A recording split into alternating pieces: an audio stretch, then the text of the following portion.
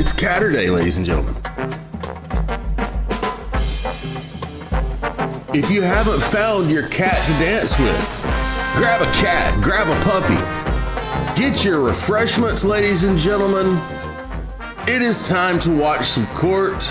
I am your lone wolf Usul, and I'm here to bring you a week full of insane court cases. Well, it's improper for me to call them insane considering what we see on a week in and week out basis.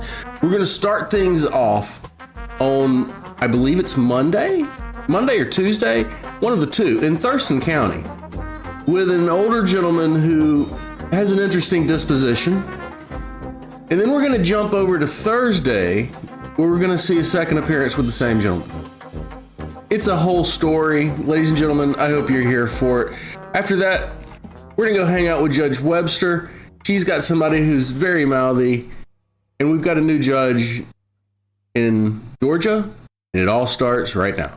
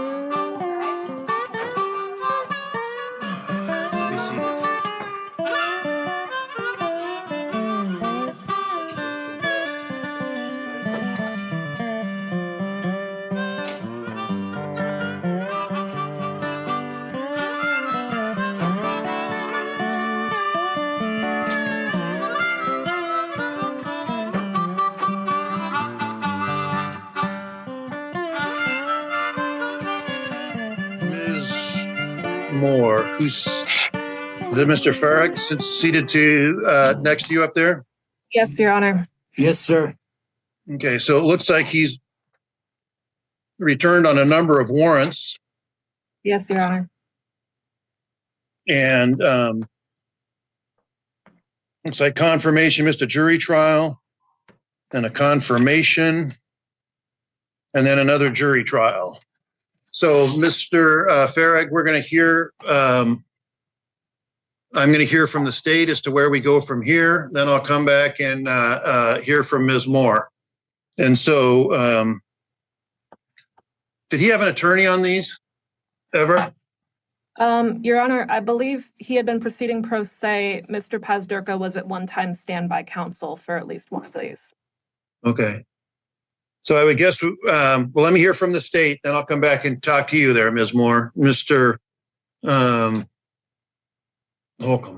Your Honor, on the cause number ending in 593, the state and the defendant went to jury trial on that driving while license suspended third case. Halfway through the trial, the defendant left and the defendant was found guilty in his absence and a no walk warrant was issued. That's just the story of That what needs to be for sentencing then. Yes, Your Honor. So the state is ultimately Actually, before you go, how long ago did that happen? That was not me, I know. that happened back on I believe it was November 21st of 2023. Okay. So the warrant's been out for coming up on 2 years.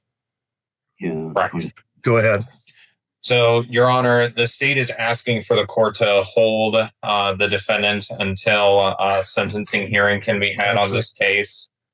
The defendant has a very extensive warrant history, and given that the defendant left halfway through a trial and never came back, resulting in a no-walk warrant, the state has serious concerns that if the defendant is released prior to sentencing, that the defendant is not going to return again, apart from being taken up on another warrant. I would also point out that the defendant has 2 outstanding warrants, both out of Lewis County, that were issued all the way back in 2022. So this is a defendant who has a long history of warrants and of ignoring the criminal justice process until compelled to appear following being held on a warrant. Ms. Moore. Your Honor, defense's request would be for Mr. Farag to be released on his own recognizance on the pending matters, given that they are D3 charges, and for the court to, if not willing to PR him on the post-conviction matter, to set bail no more than $1,500. Mr. Farag is, I believe he would struggle to pay any amount of bail, and I would ask the court to give him the opportunity to handle these matters out of custody one last time. So, is he seeking court-appointed counsel at any point? Do we reappoint Thurston County Public Defense for the purpose of standby? I believe he's seeking to continue pro se, Your Honor. I guess I'll defer to the court on whether the court feels the need to reappoint standby counsel. All right. Well, I know that he's proceeded pro se quite frequently in the past. So what I'm going to do here for today on the post-disposition case where he was found guilty by jury trial almost 2 years ago, he's going to be held on that case. Commissioner Wool was the trial court officiant judge there. And he's on the in-custody calendar the day after tomorrow. So we'll just set for sentencing the day after tomorrow. And then on the other cases, it'll be $1,000 cash or bond in each case. All that can be dealt with again tomorrow following the sentencing hearing. Judge, can I say something? Judge Myers? Yes. Proceed pro se. See, I went through the pretrial proceedings and the pretrial hearings, and we had bail posted in light of the Lewis County case, which hinges on Thurston County adjudicating this third degree suspended, because that third degree suspended hinges on the third degree suspended in Thurston County, the originating jurisdiction.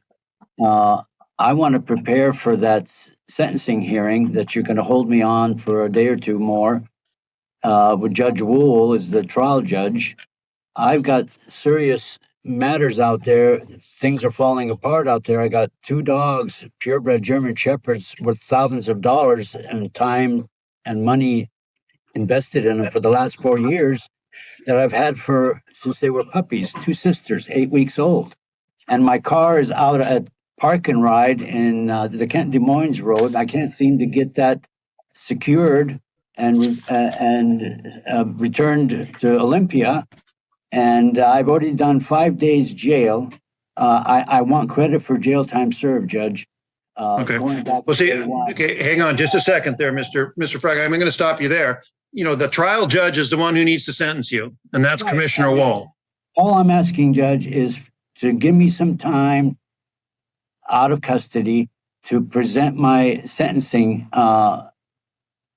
motions and assignment of errors and extenuating, mitigating circumstances. It's a complicated thing. Everything hereafter is going to hinge on this sentencing hearing. And it has to go before Judge Wool, the trial judge, and I understand that. But I'm saying I've proceeded in good faith previously when bail was posted in an identical situation as this.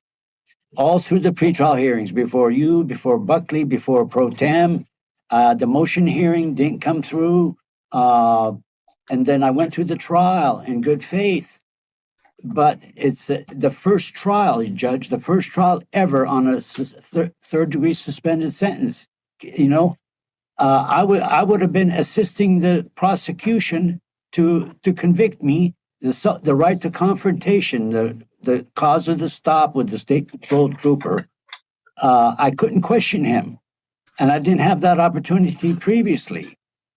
I'm just saying I've got a lot at stake out there. My security of my house, the security of my car, the contents. I've got legal matters on 2 devices in the car that if it got broken into at that Park and Ride at Kent Des Moines Highway at I-5, or if they stole that car, that's a high-risk theft vehicle. It's a 2012 Honda.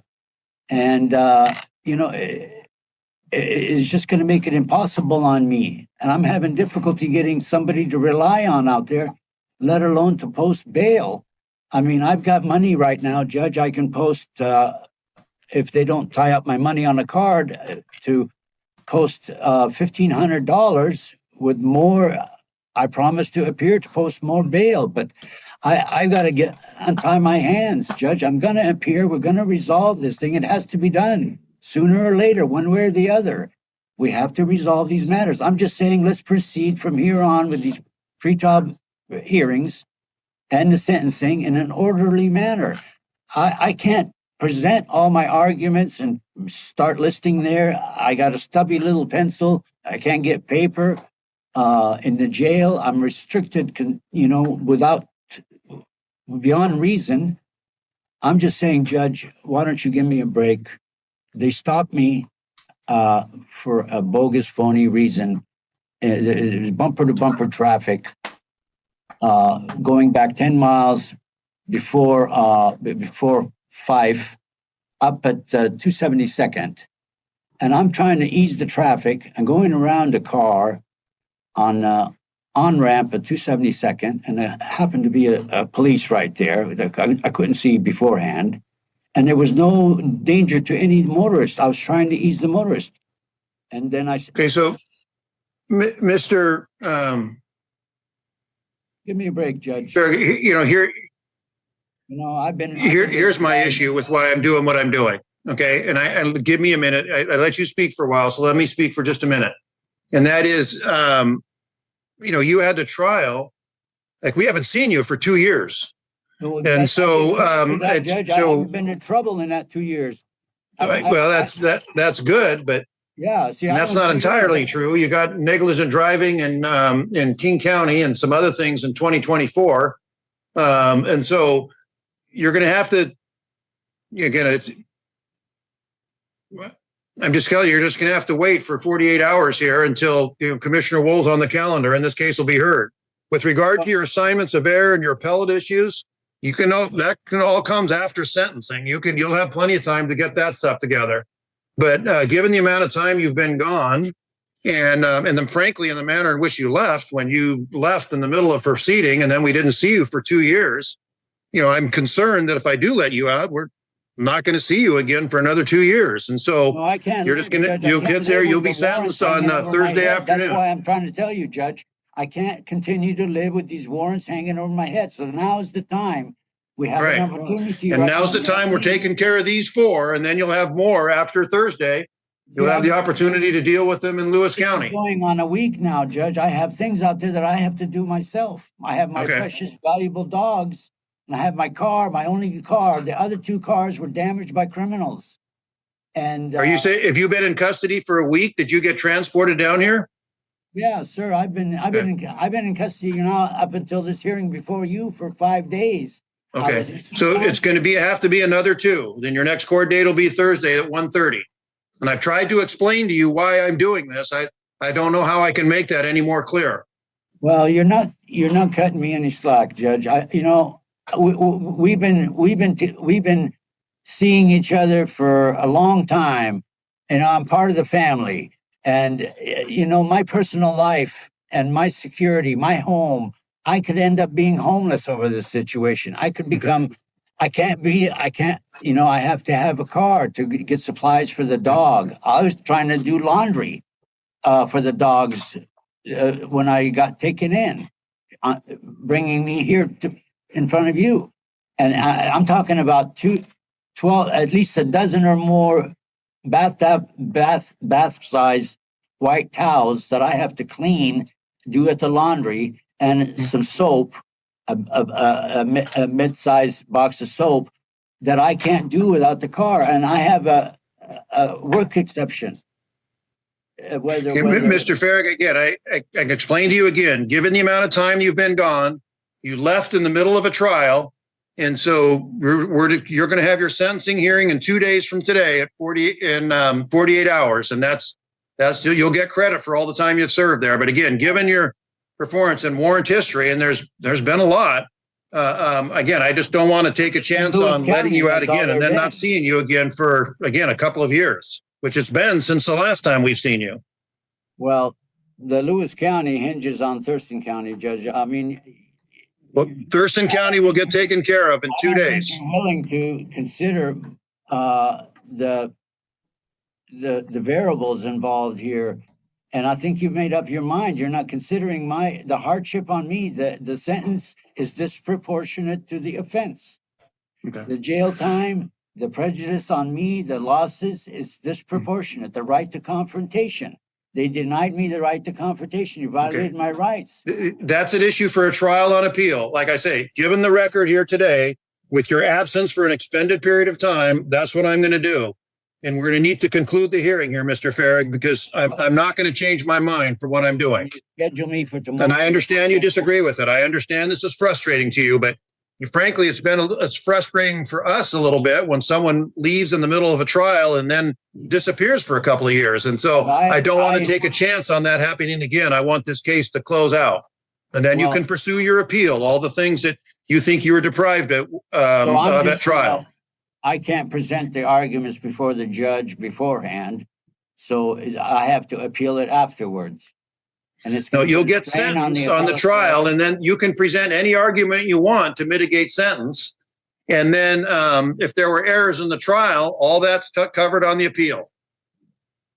Well, to stay the sentence pending appeal. You can discuss that with Commissioner Wool on Thursday. He was the trial judge. He'll decide whether or not to stay the sentence. I understand he's the trial judge, but can you maybe schedule before Judge Wool tomorrow instead of the day after? Tomorrow? No, he's not on the calendar tomorrow. He'll be here on Thursday. You're going to have to wait 2 days. I could end up waiting far longer if he's not available Thursday. He is available. I've checked the schedule. He's doing the in custodies on Thursday. That's why I'm setting it there.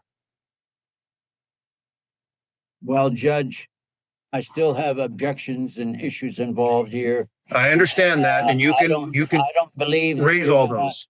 I don't believe that you're gonna be any more lenient with me. And again, I've told you what I'm going to do. You need to, this hearing needs to come to an end, and you can go back and you'll have your next court hearing on Thursday. And the bail is $1,000 On the post disposition case, on the conviction, there is no bail on that. You're just going to be held to Thursday. And the other three charges are 1,000. 1,000 each. So Yes, sir. $3,000 total.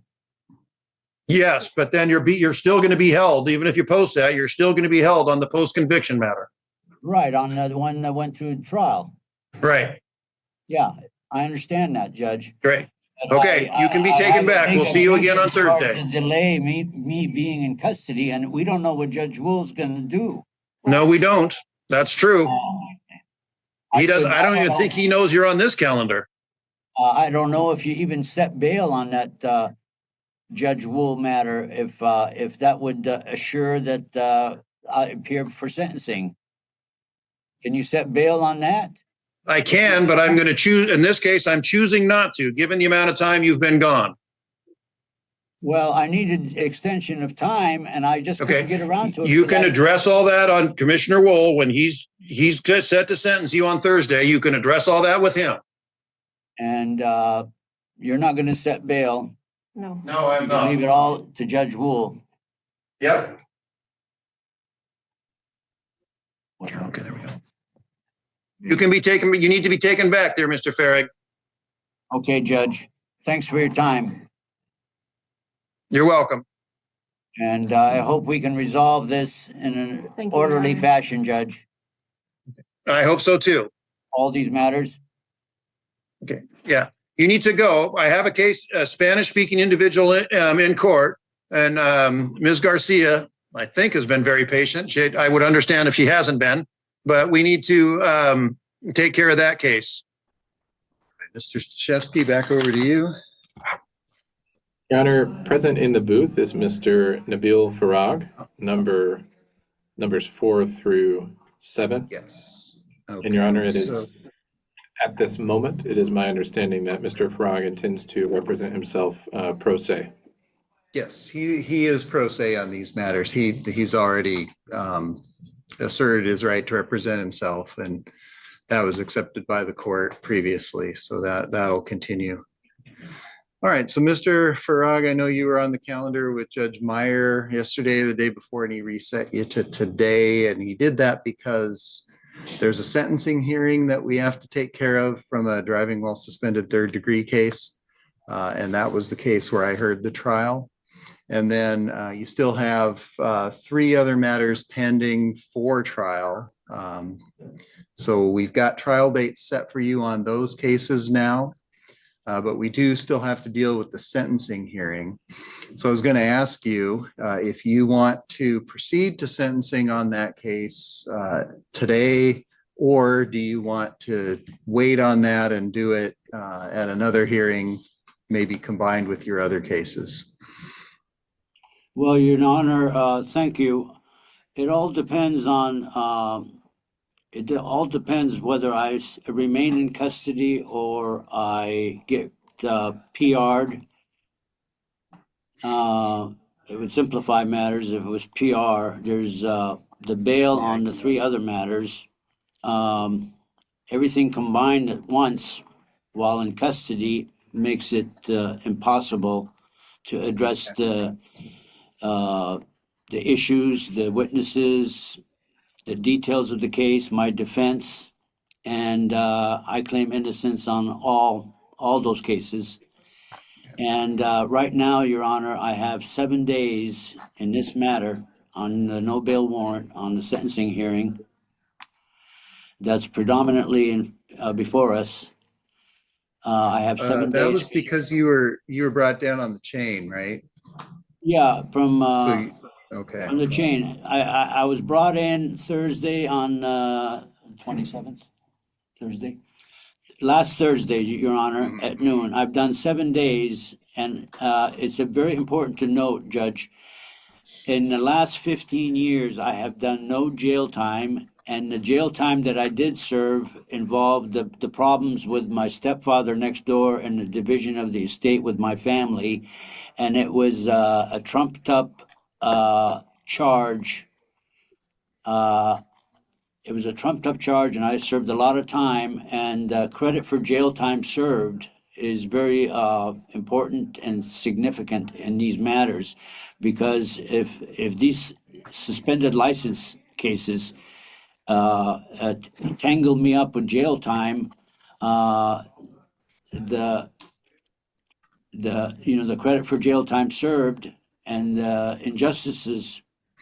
My history is riddled with injustice, and right now we have the sentence and the jail time is disproportionate to the crime alleged.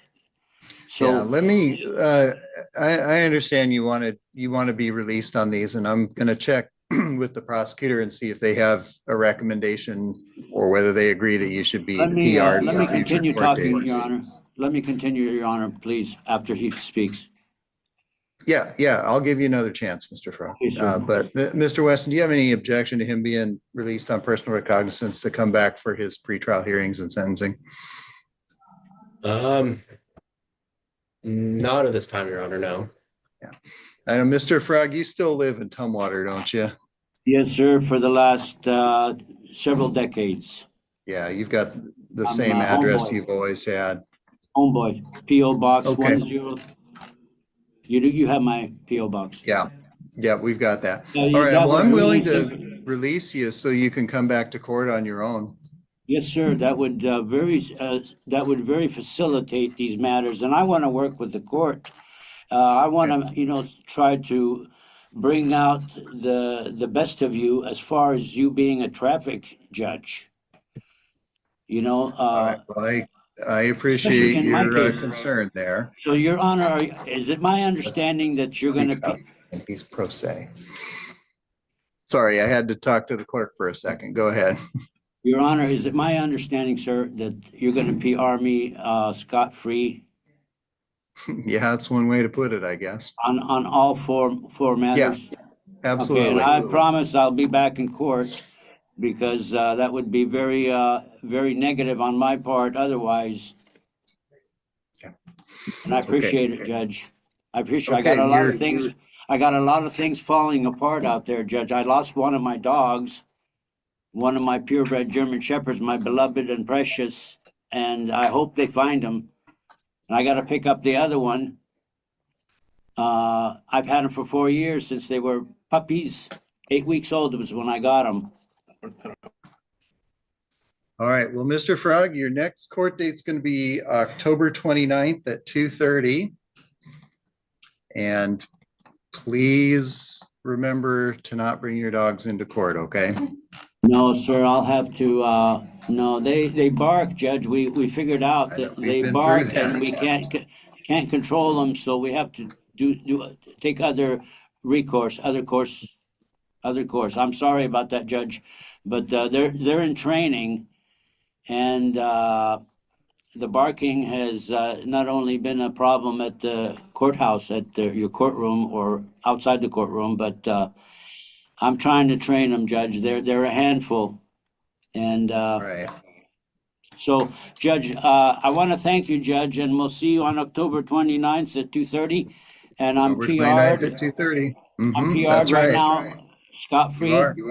You are Until PR. October 29th. That's right. Okay, I appreciate it, Judge. Okay, take care, Mr. Frog.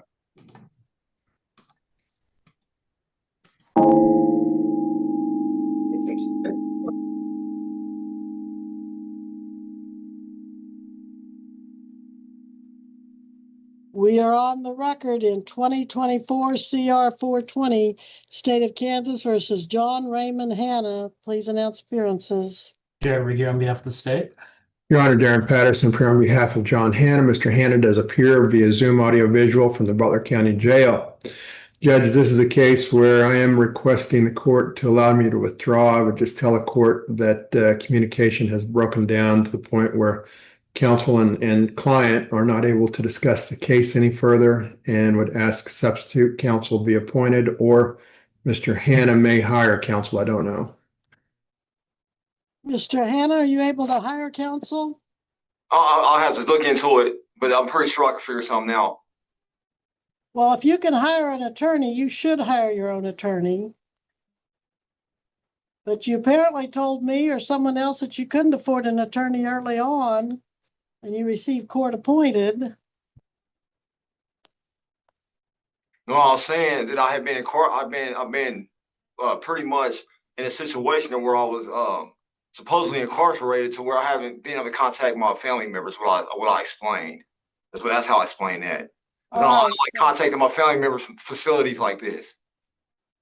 Because I had problems still my mail and identity theft, so I really don't condone talking to my family member and giving out addresses in a situation like this with these people who don't have what they call a 922E or a 912E jurisdiction. So we can continue on if you want to try to.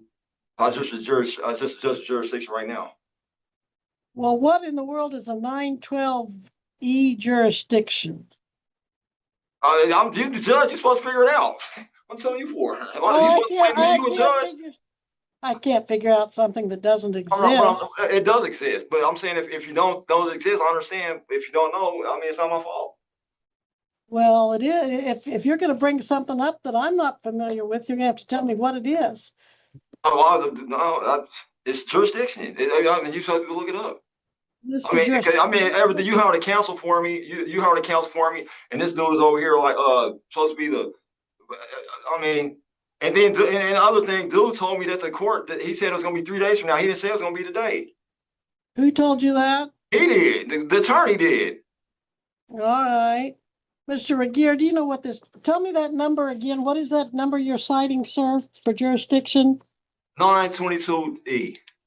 920. And you got a 912E too. And a 912. Yeah, that establishes that the corporate courts are illegal in the United States, pretty much. Corporate courts are illegal. Pretty much illegal in the United States, yeah, pretty much. Okay, that's on a Brady violation as well. Maryland versus Brady. I know Brady. Yeah, Maryland versus Brady, yeah. And when we addressed this issue, you should have started with Maryland versus Brady. When you addressed me before anything, you're supposed to address me with Maryland versus Brady. All right, stop it right now. I'm not going to keep taking your abuse. Okay, I'm not going to take abuse. I don't want to lock no handcuffs on. All right, you're going to stop it. You're going to sit him down, and you're going to show respect for the court. You have it's my house. Stop it right now. My house. I built it. Whatever. I built it. I'll pay down this bill. You will stop it right now. I understand we have a screen between us. Okay. I know we have a screen between us. I don't even know if you're in the courtroom for real. Let's do a video. Well, I think I understand why Mr. Patterson, a very experienced, very competent, qualified attorney, can't work with you. I got a couple of them too. Well, if you got them and you can afford them, there's no reason the taxpayers ought to be paying for your attorney. No, I'll pay. What do you mean? The taxpayers ain't paying for my attorney. Point blank. Quit telling my intelligence, please. Well, I'd order them to take you into custody, but you're already there. I know I'm in custody, and you went up on my bond in custody. How do you do that? Oh, that's what Department of Justice right there. Thank you. Are there any more things to issue, Mr. Jay? What's the prosecutor's name? You don't address me. You're stop it. Mr. Patterson, you are most definitely excused from this case for the reasons cited. You may journalize the dismissal. Yes, Judge.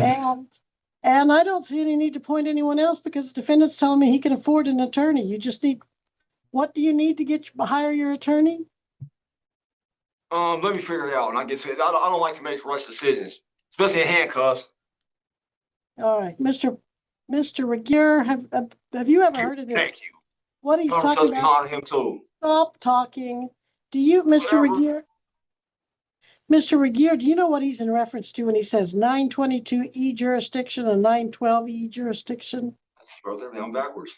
Judge, I think those are pursuant to federal rules of procedure. Definitely. We're not in federal court, so I don't keep. But you have to go by my constitutional rights for a due process. for to be a corporate court. It could because you're financed by federal money. You're not financed. This is not financed by the people here in this county. You get government grants to run this place from the feds. Where in the world did you hear that? It's the truth. Where'd you hear it? I don't matter what I heard because I do my own research. I'm not answering that question. I would plead the fifth on that question. Well, I don't know what he's talking about. Exactly. It's a federal rule, but this is not. So we can bring up the competency of the court right now. We'll have to turn just on that. Do we need any issues, Mr. Prosecutor? The Department of Justice gonna be emailing you pretty soon. Sir, let me explain something to you. You are in the district court, 13th Judicial District. For misdemeanor accusation. State of Kansas. This is not federal court. I understand federal court. The rules that apply are the Kansas statutes annotated. Yes, the Constitution applies, but you're not citing Constitution. You're citing apparently federal rules of evidence that apply in federal courts, not in Kansas. No, that doesn't apply in federal court. It applies to a state because it goes with Maryland versus Brady. Where did you get your law degree? You don't have to have a law degree. Doesn't matter about that because I've been educated by the best attorneys in the United States. One of them is I happen to be real close to one of their daughters, a few of them, and their sons, and their sons. And I personally know a U.S. Supreme Court judge as well. All right, so Mr. Patterson is allowed to withdraw, and that's at your request, Mr. Hanna. You want him off your case, right? Definitely. All right, so this time is going to count against you so that you can get a new attorney. And you told me you were going to hire your attorney? Is that right? Yeah, I said I will figure it out is what I said. All right, so you'll figure it out. You don't want the court to address another court appointed, right? Pretty much not. Not with that competency level. Not a court appointed attorney. So let's have the notes reflect. He does not want a court appointed attorney. He questions the competency level. I want to go after the prosecutor now. Oh, you want to go? You said you want to go against prosecuting. Thank you. Say put that on the record. Terry Fire got never forgot on paper. Thank you, Mr. Prosecutor. So what did you say? You want to go after the prosecutor? No, I said we will holler at the Department of Justice. We'll talk to him. Go after his accusation is what I said. Confirm his accusation with the Department of Justice. That's what I said. Thank you. Is there anything else I can get back to where I was legally incarcerated at? Deputy, do you think that does he normally behave competently? I'm wondering if I need to do a competency evaluation. Anyone want to be heard on that? I've already had one. In this case, you have? No, I have one on my federal case. I felt competent because everything I say it's already backed by law. Well, I am going to, on my own motion, order that there be a competency evaluation. That can be done in the county jail because I'm not sure you're tracking, Mr. Hanna. Good for you. I don't care if you think that or not because I can decline it. I can decline that. And if I'm found incompetent, that means you can't do what? You can't put me in a court of law. So you just made another mistake. Well, if you're found to be incompetent, you will go to a state security hospital. No, I'm on it. You can't legally commit me to a hospital. Yeah, I can. No, you can't. There, yes. No, you can't. That just goes to show you try to legally try to commit me to a that's illegal. You can't do that either.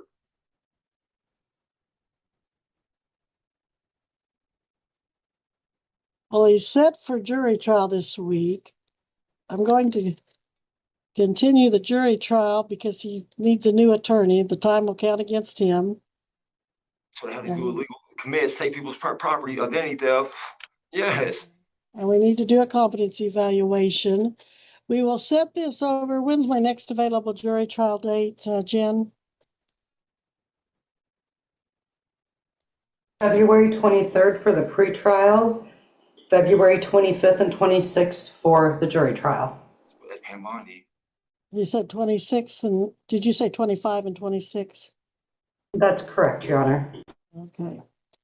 All right. So the defendant is ordered to be here February 23rd for pretrial and February 25th and 26th in person for a jury trial. And then when I get the motion on file for competency, then we'll set the competency hearing before then, of course.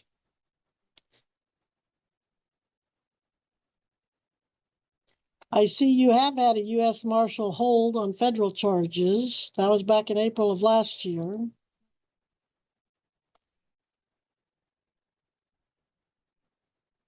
I see there was a previous failure to appear.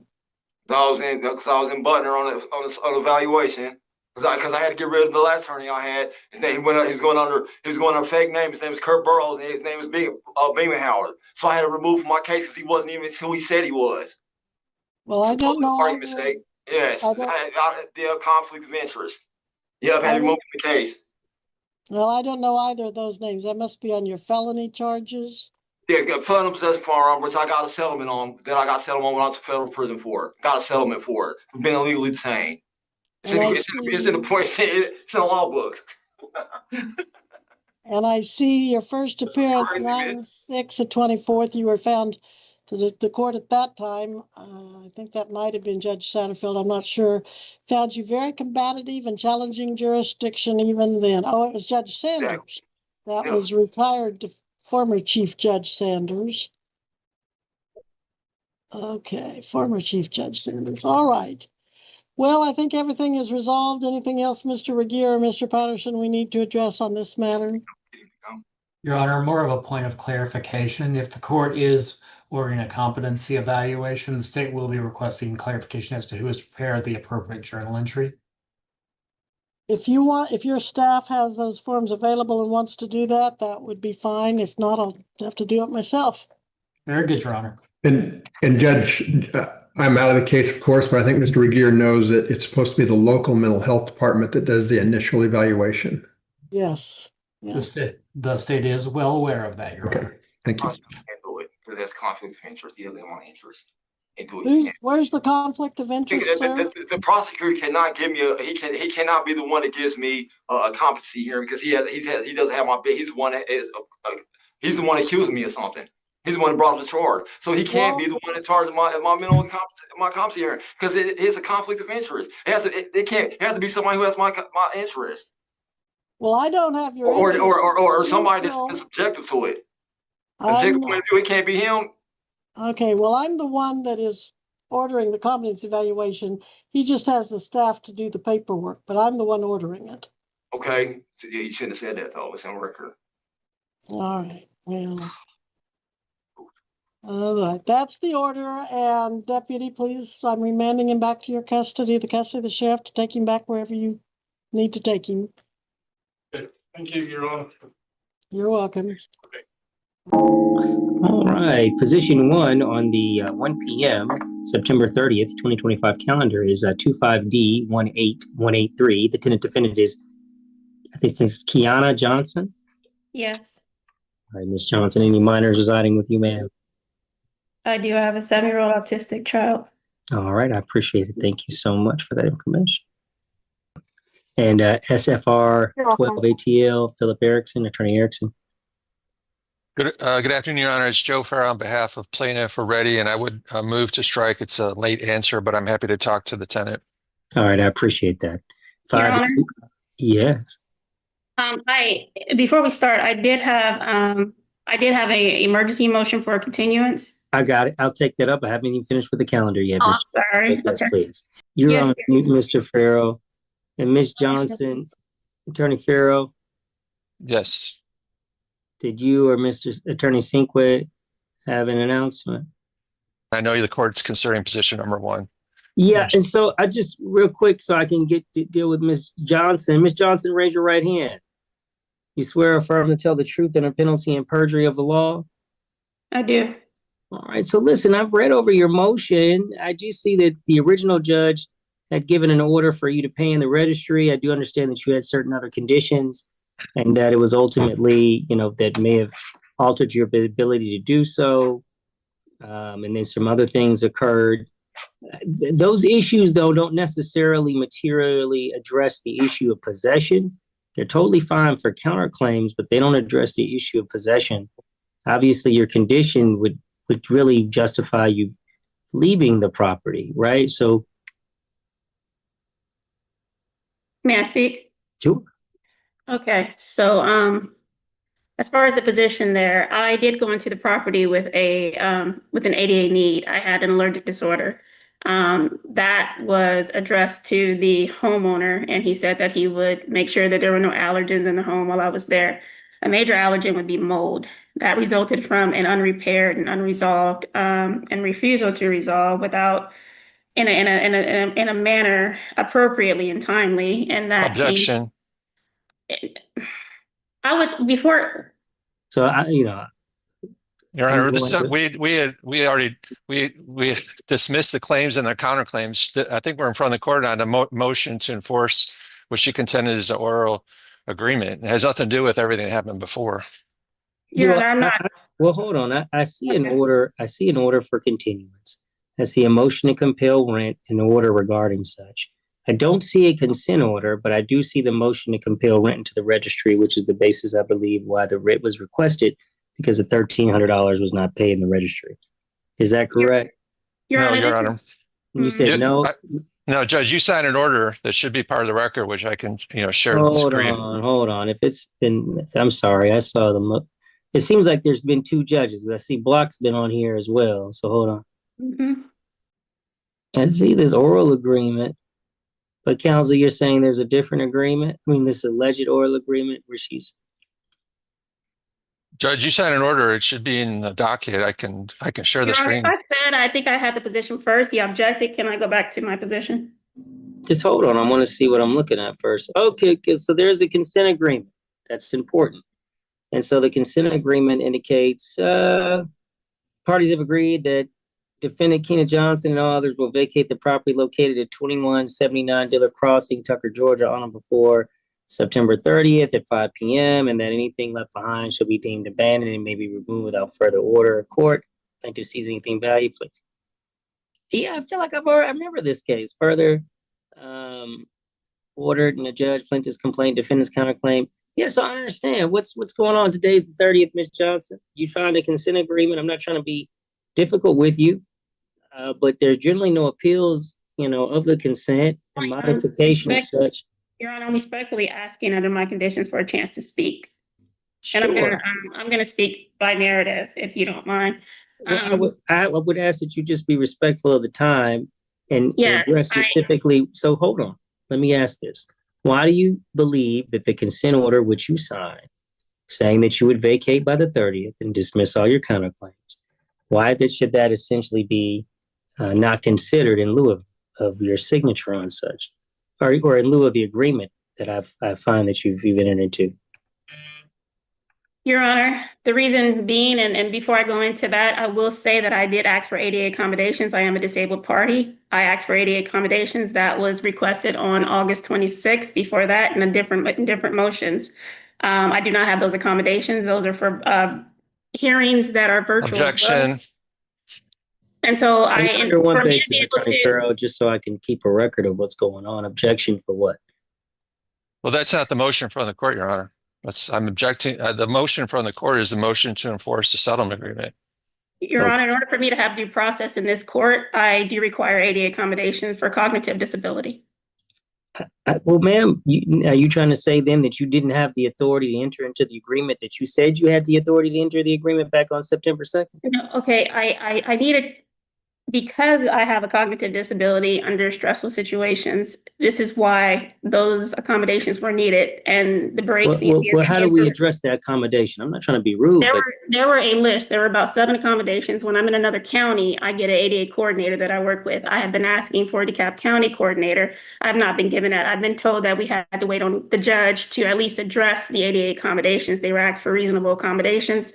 Those were not addressed. Those were not addressed at the last hearing. That is not what I'm saying. I'm saying for me to continue forward in the manner in which we are, I'm going to put down that I am not receiving those accommodations. I need to put that down on record. Part of those accommodations would be a support person for this hearing. Part of those accommodations would be breaks. I just got out of the ICU. My condition has been exacerbated. I've been in the ICU all week. That's another reason for the emergency continuance. Continuance for what though? For this hearing. But why? But that's why the ADA accommodations come in. But we because I don't can't- really need a hearing. And I'm not trying to be difficult, but you have to Mhm. take this in consideration of how I'm viewing it. Before these things, or after these things were requested, you voluntarily entered into a consent agreement, right? Your Honor, Don't cut me off. That's how you Mhm. get nowhere. Why would you cut me off? That's foolish. So you've entered into this agreement on the 2nd of September, just less than 28 days ago, right? And Not this agreement. Well, the agreement says September 2nd, and that you vacate by the 30th of September. I understand. Stop talking. I understand your physical conditions have changed because of your health, but that does not necessarily disregard the fact that you've entered into a consent agreement indicating when you would vacate. Your ADA accommodations are not relevant because really there'd be no need for a hearing based upon the agreement that you've already entered into. So I'm trying to figure out why we need to accommodate in those regards when you've already entered into this agreement indicating that you would vacate. You've created the time to prepare to leave. That was what your plan was. Your Honor, may I? Yeah, you can now, yes. Okay, so Your Honor, I've had these disabilities for years. It's not just because of this. They've just been exacerbated by this. The other reason is that when I had the hearing last time, had the hearing from a hospital bed. I had just had a stroke. I had just had, that morning of the hearing, I had just had an MRI and Xanax. I had just had a procedure. I got to the hearing late.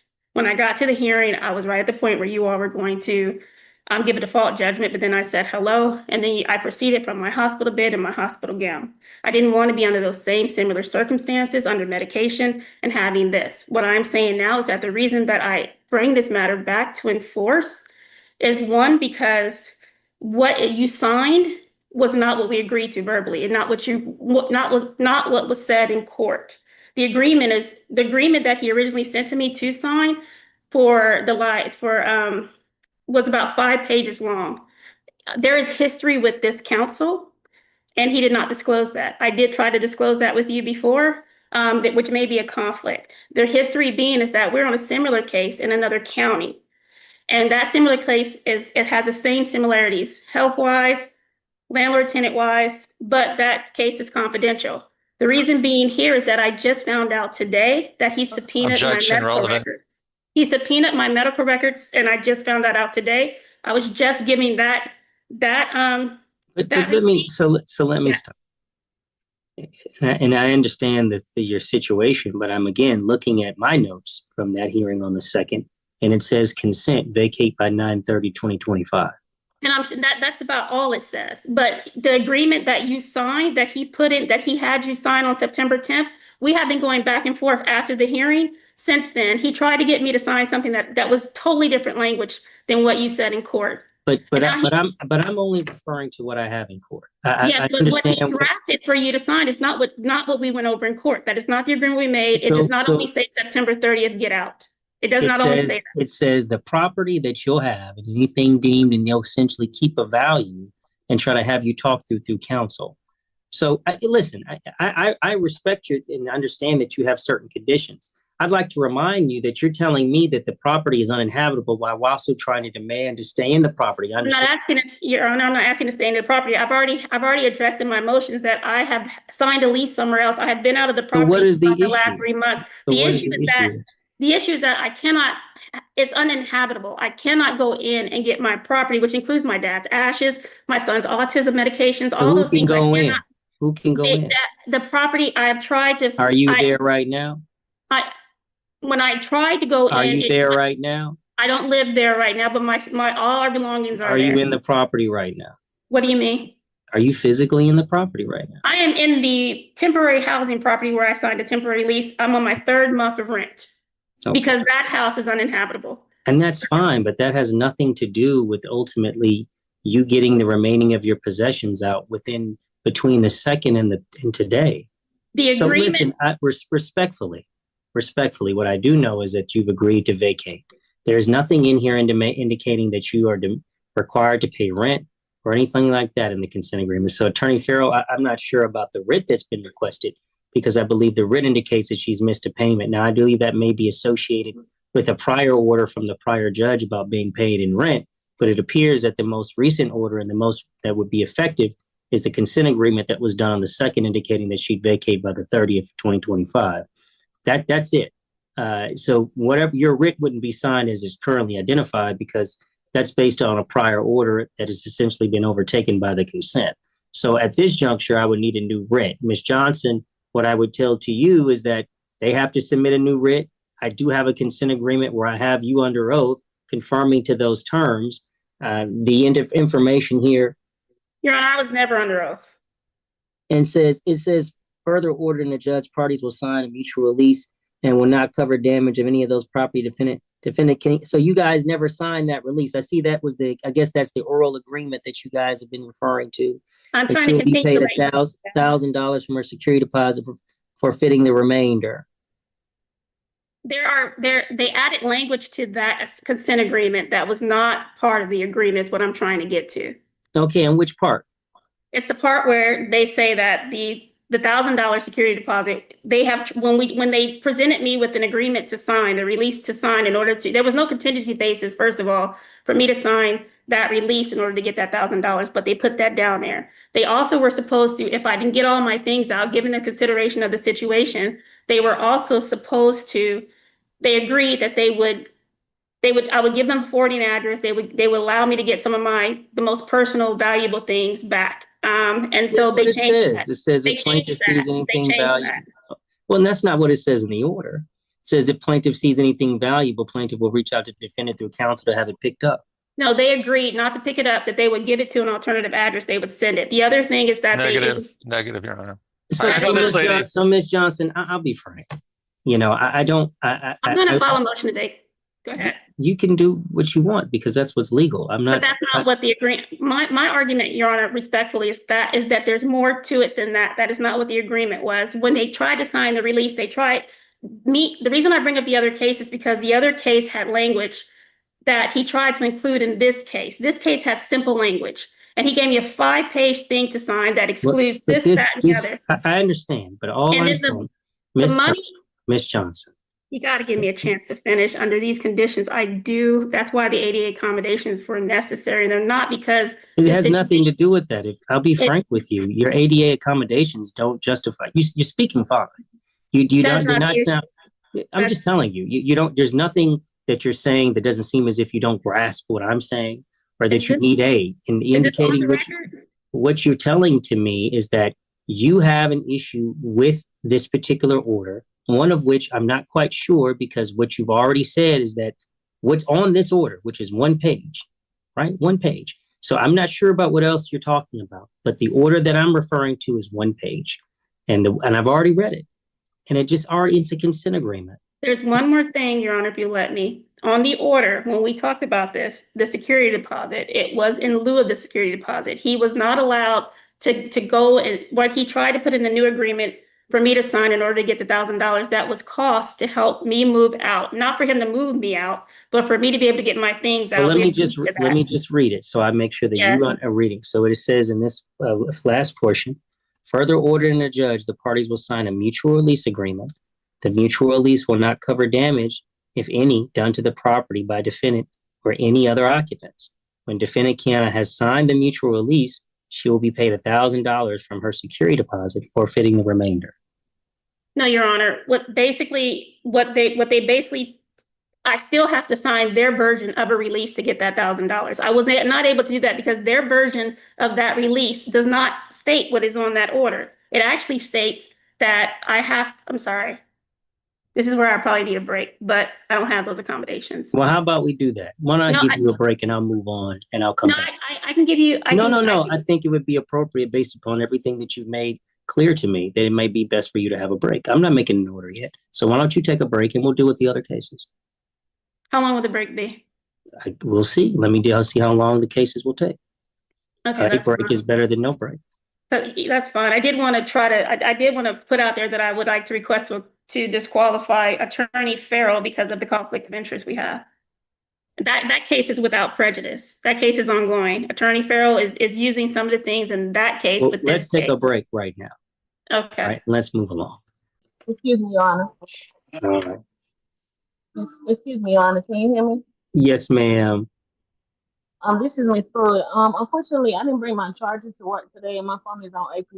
Is it possible that we can consult my situation so that I can Sure. Attorney Green, can you speak with her now? Judge, I already spoke to her. We weren't able to resolve it, so I would just like to ask the court to rule on and issue a judgment on the pleadings based on her answer. Okay, well, In that case, I've got a couple of cases ahead, so I do understand that she's got a tech issue, but I've got to deal with the cases I have. Any other consents before I yeah, position 10. All right. Ms. Burns, can you unmute for me? Yes. All right. Can you raise your right hand? You swear or affirm to tell the truth under penalty and perjury of the law? Yes. Okay. All right. What are the terms, counsel? Yeah, so Judge, this is a case that is where the tenant's going to pay $4,221.52 on or before October the 10th. Can you say that number again? What's that number again? $4,221.52. Okay, and by the 10th? Yes. Same amount if there's a money judgment? Yes. Okay. All right, Ms. Burns. Yes. You've reached a consent agreement where it's a pay and stay if you pay $4,221.52 on or before October 10th, 2025. If you make that payment, you continue to pay rent. Failure to make that payment results in immediate writ of possession and a money judgment of that $4,221.52. Are these the terms that you've agreed to? I guess so. I have no choice. Why do people keep saying that? You got choices. Because I'm understanding if I'm going to court for just September month and you're adding in October, you hadn't even take me to court or give me an opportunity to pay October, and then you add October on there. That doesn't make sense to me. I'm only going for court for September, and then you add September and October. October is not even here. You didn't even give me an opportunity to pay October, or at least have my flex pay half of it. And now you're telling me I have to Burns, pay. So let me tell you. Yes, I agree. Okay. All right. All right. Well, then I will get the consent order from counsel. All right. Thank you. All right. Thank you. All right, Miss Allen, raise your right hand. You swear or affirm to tell the truth? Me? I can. Thank you for stopping. You swear or affirm to tell the truth under penalty and perjury of the law? Yes. All right, counsel, what are the terms? I believe that's Attorney Farrell. He's in another room. Oh, he's in another room. Okay, Miss Allen, I'm sorry. I thought he was back. Give me 1 second. And Attorney Cinque, what case was that? This is position 6. This is the view at Stonecrest versus Chantel Roach. All right. Give me 1 second.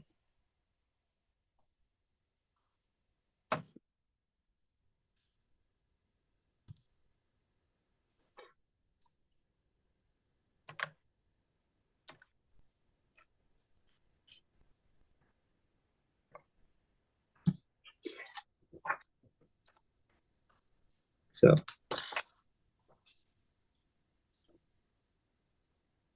Judge Davis, I'm sorry to interrupt. Mr. Randall from the 9 a.m. is here. He had a question about the consent order. Sure. Mr. Randall, did you have a question? You had a question? Yes, I do have a question. Can you hear me? I can. Yeah. So I was actually part of the last group. And we came to an agreement with the mediator. I remember you. Yes, sir. Yeah, and so the documents never came, and we've done all the troubleshooting on our end. It seems like it's not anything that's happening with our email. We tried both like Gmail servers and and other servers. So you would probably just have to come back to court and have a reset. Okay, so in saying that, it's a little more complex. The plaintiff had made, I'm sorry, the defendant had submitted a partial payment, and from what I understand, I'm curious if I need to return that partial payment to him until we're able to get back to court or what. So let me tell you, one, I can't see you, but two, Oh, sorry. Sorry. I can't tell you because one, that's ex parte. I'm not telling you what to do. That's up to you how you decide to choose and deal with the case.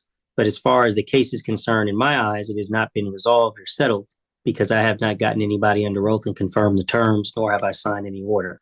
So I would see you back unless you guys have had those agreements. It doesn't sound like you are because you haven't gotten the agreement.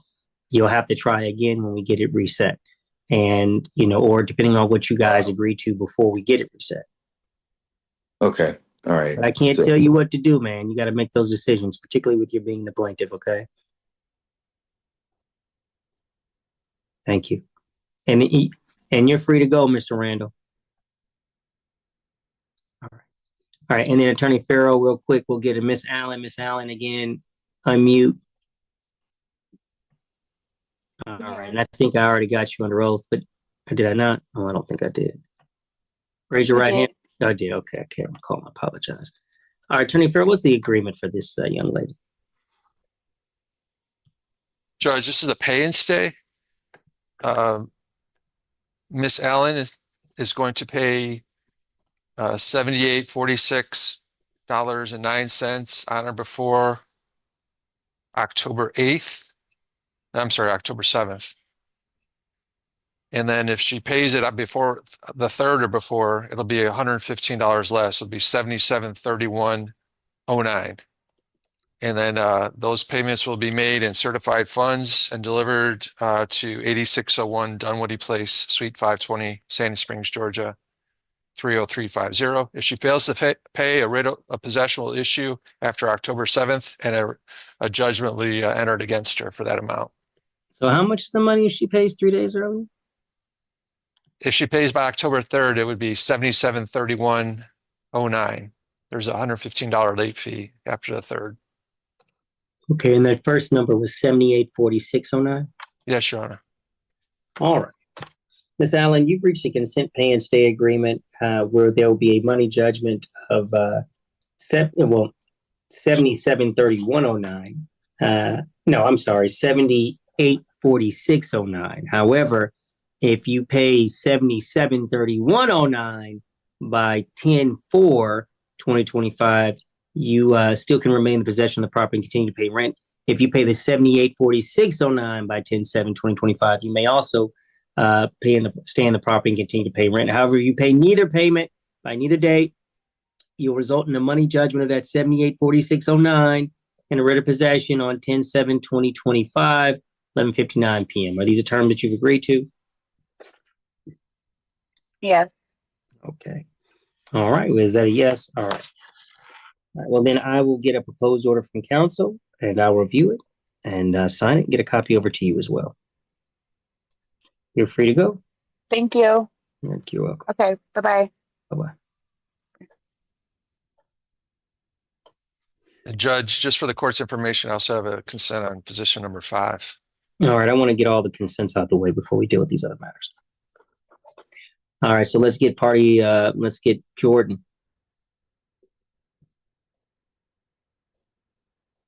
Can I get Jordan to unmute? They may have logged off. Okay. If we can try to contact them, that'd be great. Crap, that's not what I want to do. All right. We'll get them back on. Let's see. Pruitt there. She also needs a trial. Roche needs a trial. Let's finish up position 1. Attorney Farrell, while we wait for the other party, did you have a response to Ms. Johnson's request and the basis of your opposing her her request for continuance? Yes, Your Honor. I mean, really, it's a very limited issue. She's here. We're all ready to go. But in terms of disqualification, I was representing a landlord against her in a prior case. There was a confidential settlement agreement. I've not made any reference to that. So I don't know the basis of. I object, Your Honor.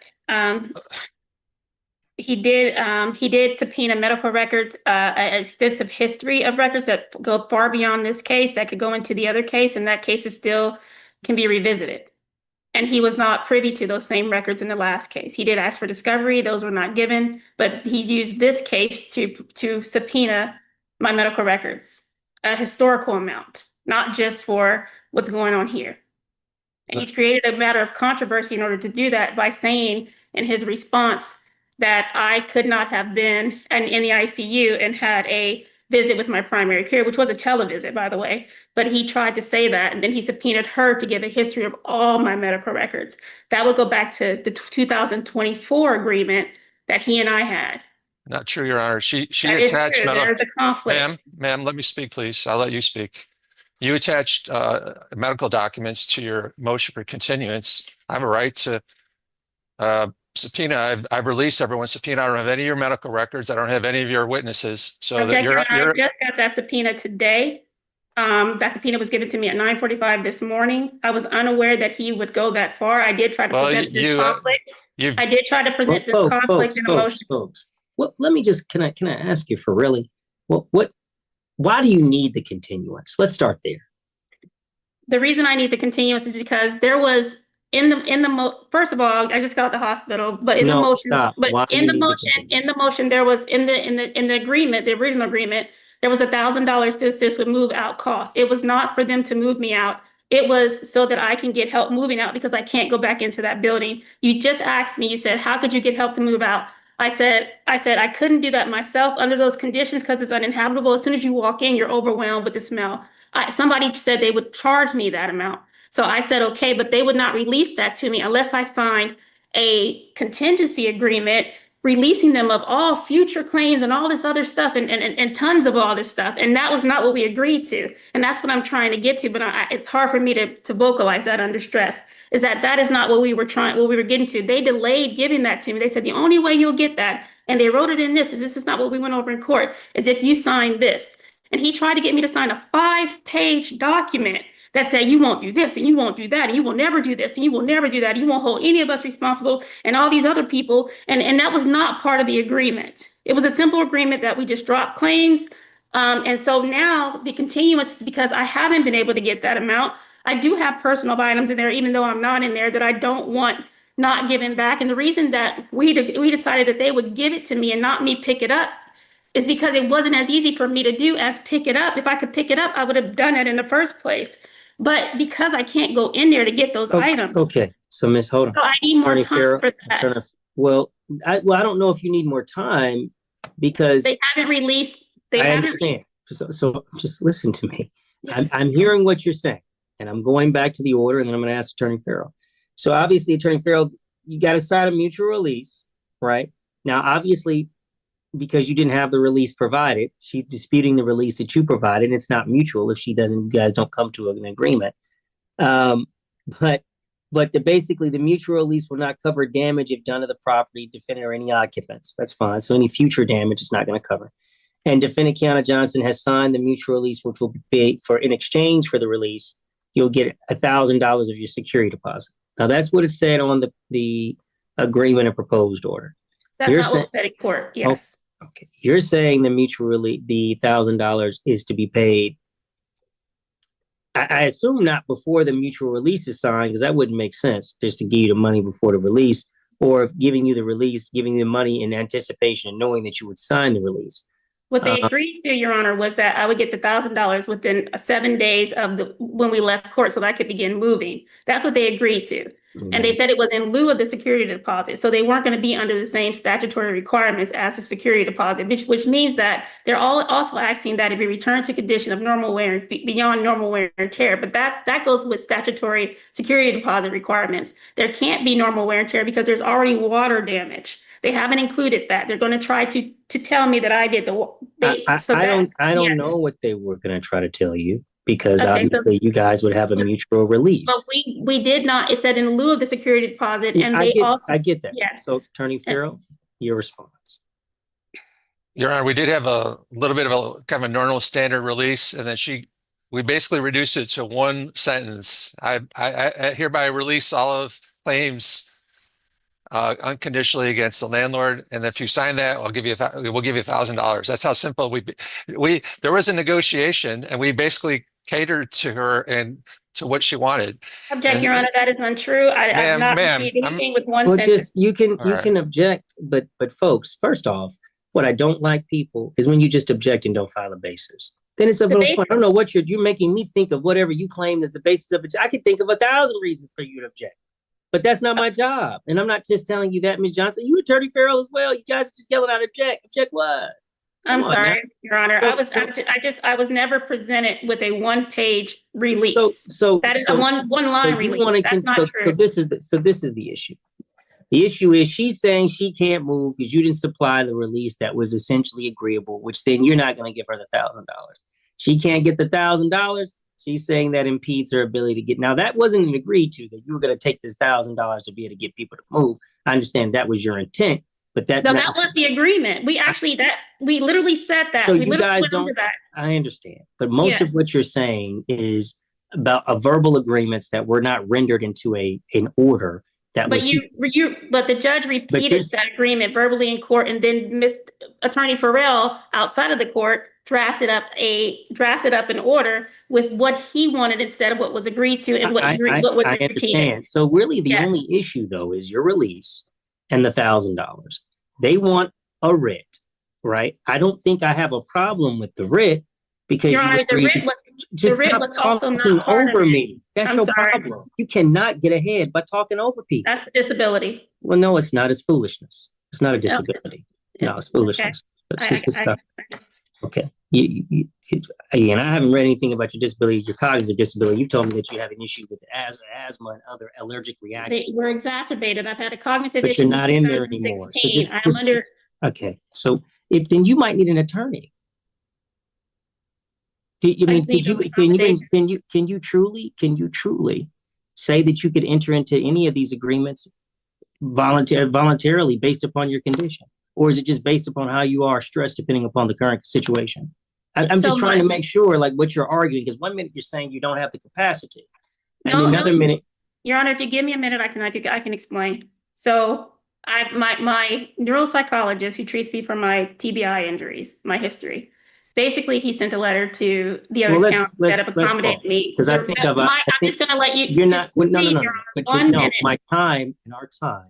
Okay, I was trying to explain my disability. You said my capacity. It's under stressful situations. Under stressful situations. What's so interesting? Do I become verbally overwhelmed? Respectfully, a litigation is what you've entered into. That's a naturally stressful situation, right? You then ask for accommodate. You can't accommodate stress. There's no way to just listen to me. There's no way to accommodate for the stress of litigation. There just isn't, other than having a representative. You don't have a representative. There are no public defenders for this type of matter unless you go out and get one. You're not talking. And so unless you go get a designated representative, somebody that could do that, you've had the opportunity to do that. You've entered agreements by yourself. So I'm just want to make note of that on the record of what you've done thus far. And now what you're bringing to the court's attention, as well also arguing for yourself. You're literally, at least to the court, you're picking and choosing when you want to necessarily allege. That's just what it looks like.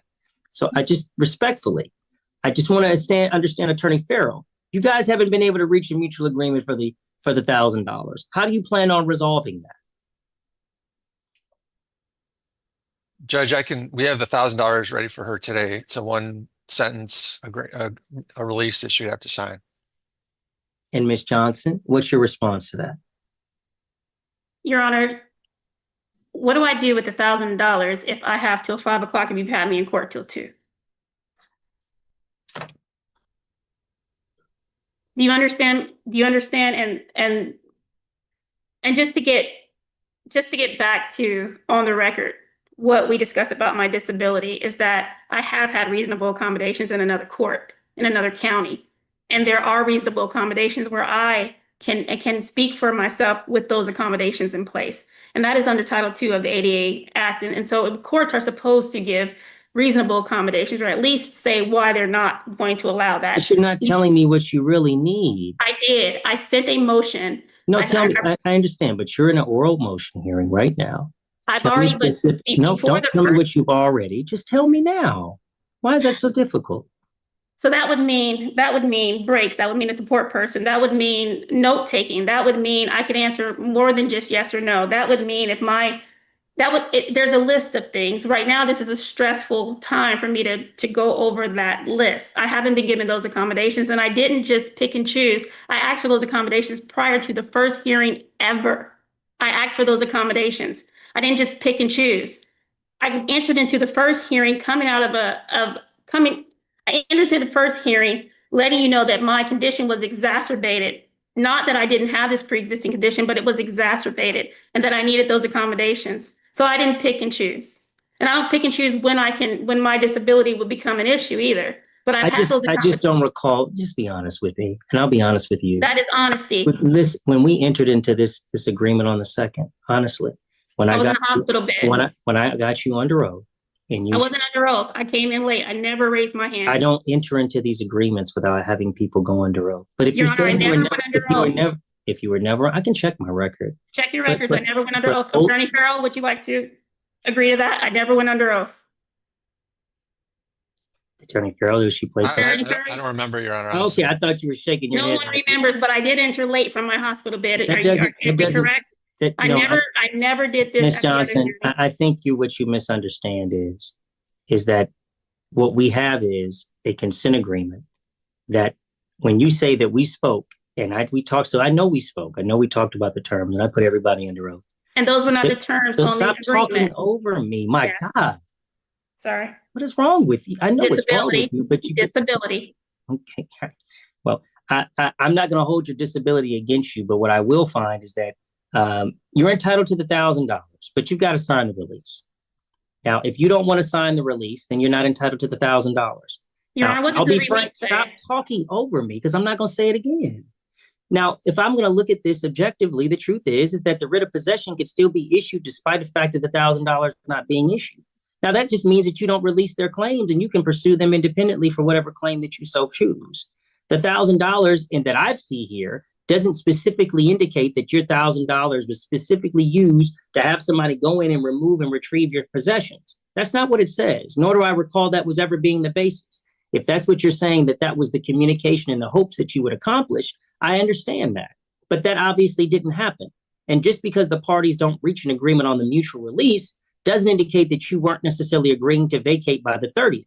Now, if you guys want to appeal that and essentially address that issue, that's totally fine. But what I cannot get over, Ms. Johnson, is that there was a consent order that has been signed by the court that you're not disputing necessarily the terms other than the fact that not the terms of the consent order, you're disputing the terms of the mutual release. Your Honor, I'm disputing more than that because there was not supposed to be any type of beyond normal wear and tear. That's on the consent agreement as well, because there are issues already in the home past normal wear and tear. There was a whole water damage issue. So then that just means, again, you guys need to address the release. The release is the issue, not the writ of possession. The longer you stay out of, and this is the part that is of difficulty, the longer you essentially contend to have possession of the property, there's still damages done to them.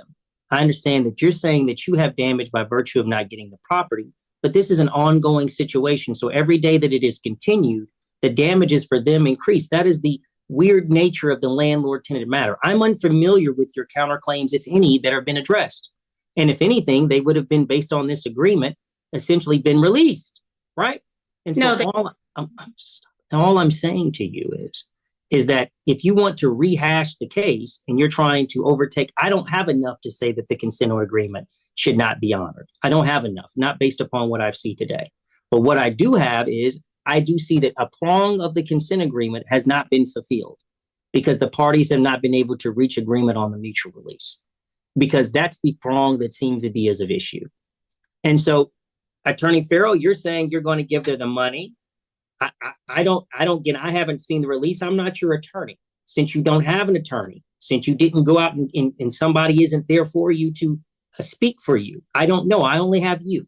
So based upon, you're saying that someone was supposed to be supplied, and if there's an attorney that was supposed to be supplied, I don't No, know. Your if Honor, it- weeks ago, the agreement was a time frame where we left that hearing. I was supposed to get that money and be able to move out with that money. The I reason that just I can't didn't get imagine it you would get because the money without the release. They're not going but to the reason that it did not get signed, the reason one of the reasons that we are here today is because Attorney Farrell decided to draft a release that had nothing to do with what we agreed upon or what you said we agreed upon. It had nothing to do with that. He added extra language, and that extra language was not what we agreed upon. And so to make me have to sign a release that we didn't agree upon in court, and he's saying that now it's a one-line release, but I've never seen that. He doesn't state what that line is to you so that we can confirm what that is. And here we are, September 30th, and most of my day Ms. has Johnson, been I cannot be your lawyer, respectfully. I'm not. I know, but in many ways, what you're essentially arguing with the court I'm to arguing do, that you're asking for, listen, this is the part, this is the problem that I don't understand. Continuing the case for what? For him to get a release that you may or may not accept. I don't have authority to demand or command him to give $1,000 to you. I put in my motion the reason for the continuance. You have not addressed that reason at all. Which is the fact that I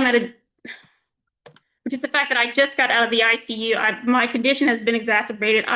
This release, and I'm adding to this, is that the fact that I only asked for time to be able to, I'm asking you now, currently, for time, and it doesn't matter if it's a week, it doesn't matter if it's 7 more days, just time to be able to, if they do agree, if we do get that $1,000, if we do move forward, that I have time to have someone at least come in and get those things. That's it. I am not in the property because it's uninhabitable. My counterclaim is not even in this jurisdiction. It's over $15,000. I've already spent a higher amount just staying in hotels. So Attorney Farrell, what is your position on the issue of the release not being mutual, yet not being agreed to, and $1,000? Because I mean, I understand you can't force her to sign, and Ms.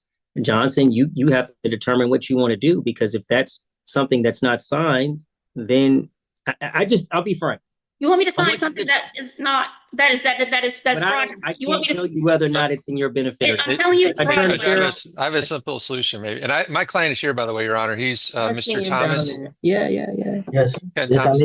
I'm here, Your Honor. Yes. Mr. Thomas, I haven't gotten you under oath, so let me just hear from Attorney Farrell first. Sure. Well, Judge, we could just modify your order and just say the parties, I mean, it kind of says that anyway, but basically we could just make it simple that all the parties, I mean, the order read that the complaint was dismissed with prejudice and the counterclaims were dismissed with prejudice. So, and then everything left beyond September 30th was deemed abandoned, except that my client would notify her if there were things in the property that she may want. They definitely didn't agree to transport any items for her, but we could just basically, I could amend the agreement that'll have a language that says the parties release all claims against each other related to this particular property, except the condition of the property. You know, if the property's been damaged, my client doesn't know that. He hasn't been. I object. That exception does not include the fact that there's already damage. So this is the problem, Ms. Johnson. I can look at it in the sense that you guys have a consent order and one of the terms have not been addressed. And so we can leave that open. I think that that's still a way to address it, because possession becomes problematic, Ms. Johnson, just honestly, that if I allow the case to continue on and there's no other agreement, you guys are not intending to take possession, that obviously has a continued harm on the defendant when it was the intent for you to be out by the 30th of today, at the end of the day. Obviously, you're saying all of that was based upon you getting money from, based on a release. Now, you don't want to sign the release because it's not that I don't want to. You don't want to sign the one that they presented to you. That's a fact. That's what you've repeated over and over again. Because those terms are not what we agreed to. But there are no specific terms, and I understand. There are. He gave a whole 5-page But in the specific order, there is no specific terms that are laid out other than saying it'll be a mutual release. There was no actual release identified. This happens a lot. I'll be frank. This happens a lot in civil cases. People don't get paid for months because they can't agree on releases. So it happens. You're not entitled for it to happen quickly. That's a fact. And no, it is frustrating your goals, but that's the fact. So if you guys can't get that signed and redressed, obviously that would impact the remaining portion of the agreement because you don't have a full, everything has not been completed. And so Attorney Farrell, unless you guys can come up with something else, Ms. Johnson, you know, it's hard for me to acknowledge that you'd have to get out and you leave all your stuff when you don't have the ability to get in, but it happens to a lot of people. So I'm not trying to be difficult to you. A lot of people, but not just listen to me. Just because you have ADA issues and accommodations doesn't give you the basis to, particularly when you don't have like a subsidized rent or anything justified that you'd be able to stay in the property or to be able to delay the process any further than what you have. And so, may I, Your Honor? Sure. Okay, Your Honor. Your Honor, if the original argument, and we're not going to try to relitigate the case, but the original argument is that the property was uninhabitable. I couldn't stay there. When you originally started this case, when you originally came on, you said if there was a condition where it was uninhabitable, then that would be a reason not to pay rent. Also, rent was stopped. They agreed in July. They sent me. Well, I'll be frank, Ms. Johnson, You're now relitigating facts. I'm not hearing any facts. We're hearing on a motion that basically based on a consent order. So this is what I'm going to do. Attorney Farrell, how do y'all plan on getting her the money? And I guess, again, you're not forced for her to sign just anything. I don't think, Ms. Johnson, you understand that a release has to be agreed to. And if you guys don't agree on the release, then the money isn't given. But then that means you retain all your rights. That's the harsh part, because I know for you, sometimes your rights don't seem as valuable as the $1,000 part. When you say my rights, could you elaborate? What I mean is you're saying that you're relinquishing, you're dismissing your claims. That was the part that seems like there's a problem, that you're dismissing all your claims. But and you're not saying going to do that. if I don't sign the release. Right. And I'm saying, but then you have the ability to not sign that portion. It doesn't mean that the writ doesn't get issued, but you don't have to sign that, and you don't have to take the money. And then you have all of your counterclaims and things that you would desire would potentially stay in play because you never signed the release. Your Honor, one thing I wanted to ask, the agreement originally was there would be no writ. The September 30th was the last day of the lease. So there's no need for a writ. It's the last day of the lease. But if you haven't vacated, there would be a need for the writ. Well, Well, go ahead, Attorney Farrell. I'm sorry. Maybe I misstated. No, I mean, the order states that anything left beyond the 30th would be deemed abandoned. Well, can I ask Ms. Johnson one question, Your Honor? Sure. All right. Ms. Johnson, if you got the $1,000, how quickly could you get your stuff out of the house? I could try to get somebody to help me get it out within a week. Hopefully. See, there's that hopefully. I mean, but if I couldn't do it, let's just say 10 days. If I couldn't do it within 10 days, then we would continue with abandonment. But what we did agree upon, and I just want to revisit that, is the fact that the valuable items. So there are things in there like my father's ashes, my son's autism stuff. You can't get any of these things when you have these folks come and get your stuff. But I'm going to not you personally. No, when the people come, if I had 10 days to do it, yes, that's what I would do. I would try to get the most out, and then everything else would be abandoned. That's all I'm saying. But it wasn't what So Attorney Farrell, let's stop. Yes. We don't need to hear anything else from you. Attorney Farrell, what's your position on that? My Mr. Thomas is here, and he's Mr. Thomas, you unmute and raise your right hand. Swear, affirm, and tell the truth under penalty and perjury of the law. I do. All right. Your Honor, all I have to say is simply, you said it perfectly. We are hemorrhaging money because we're not getting paid rent, and not for just 1 month. But we said, don't pay us anything, just go. I take it you guys have not done the walkthrough. He wouldn't let us. Your Honor, She wouldn't let us. Your Honor, I can't get my place, Your Honor. Stop. Your Honor, we repeated in court, and you asked, if you were the same judge that was in court, you asked Mr. Farrell, you said, what is $1,000 on? He said, is it because of the security deposit walk? He was like, no, it's just $1,000. And he just kept repeating what it was for. And you kept mentioning a walkthrough, and it was in lieu. He kept saying it's in lieu of the security deposit and the statutory requirements that come with it. He also wrote that in an email to me, and in an agreement, he tried to get me to mutual release. So that whole statutory requirement where there's a walkthrough and there's this, that, and the other that comes with security deposit. There's no statutory requirement per se that you have to have the walkthrough. There's statutory requirement that they have to send you notice of what the alleged damages are and what they're deducting. But yes. I guess again, you guys it's not that you guys are wasting time. It's that ultimately what we have is we had agreement. A portion of it was not executed. And so now you're saying we want to blow it all up. When I'm saying, you know, I'm looking at the terms of the agreement that can be exercised because it doesn't seem as if there was a time period identified on the release. Now I know that cuts He back for verbally stated you. it in court that it would come that it would be $1,000 given within 7 days is what he stated in court. And that was 7 days for the second. I don't recall. And Well, that, I was in the hospital and there are witnesses that do recall. but those witnesses, even if you do have witnesses that are here, the record would be the most, the best thing. The record, If you the guys, record, if you, what I if you understand guys, is if you don't want me to do the following, because there's a strong position that I can look at this thing and say, honestly, neither one of you have done what you're supposed to do. Now, if you're saying that she has blocked your ability to do the walkthrough and you've not, and she just is not willing to, because if you, Ms. Johnson, you don't have you have the authority to not sign the release. I think that's the part that you're not getting. You don't have to sign the release. Signing the release only gets you $1,000. So that isn't necessarily essential to the terms of this agreement. That's if you only sign it. So everything else isn't necessary, isn't predicated on you signing this release. That's the part that I think I want you to understand. The release is totally separate.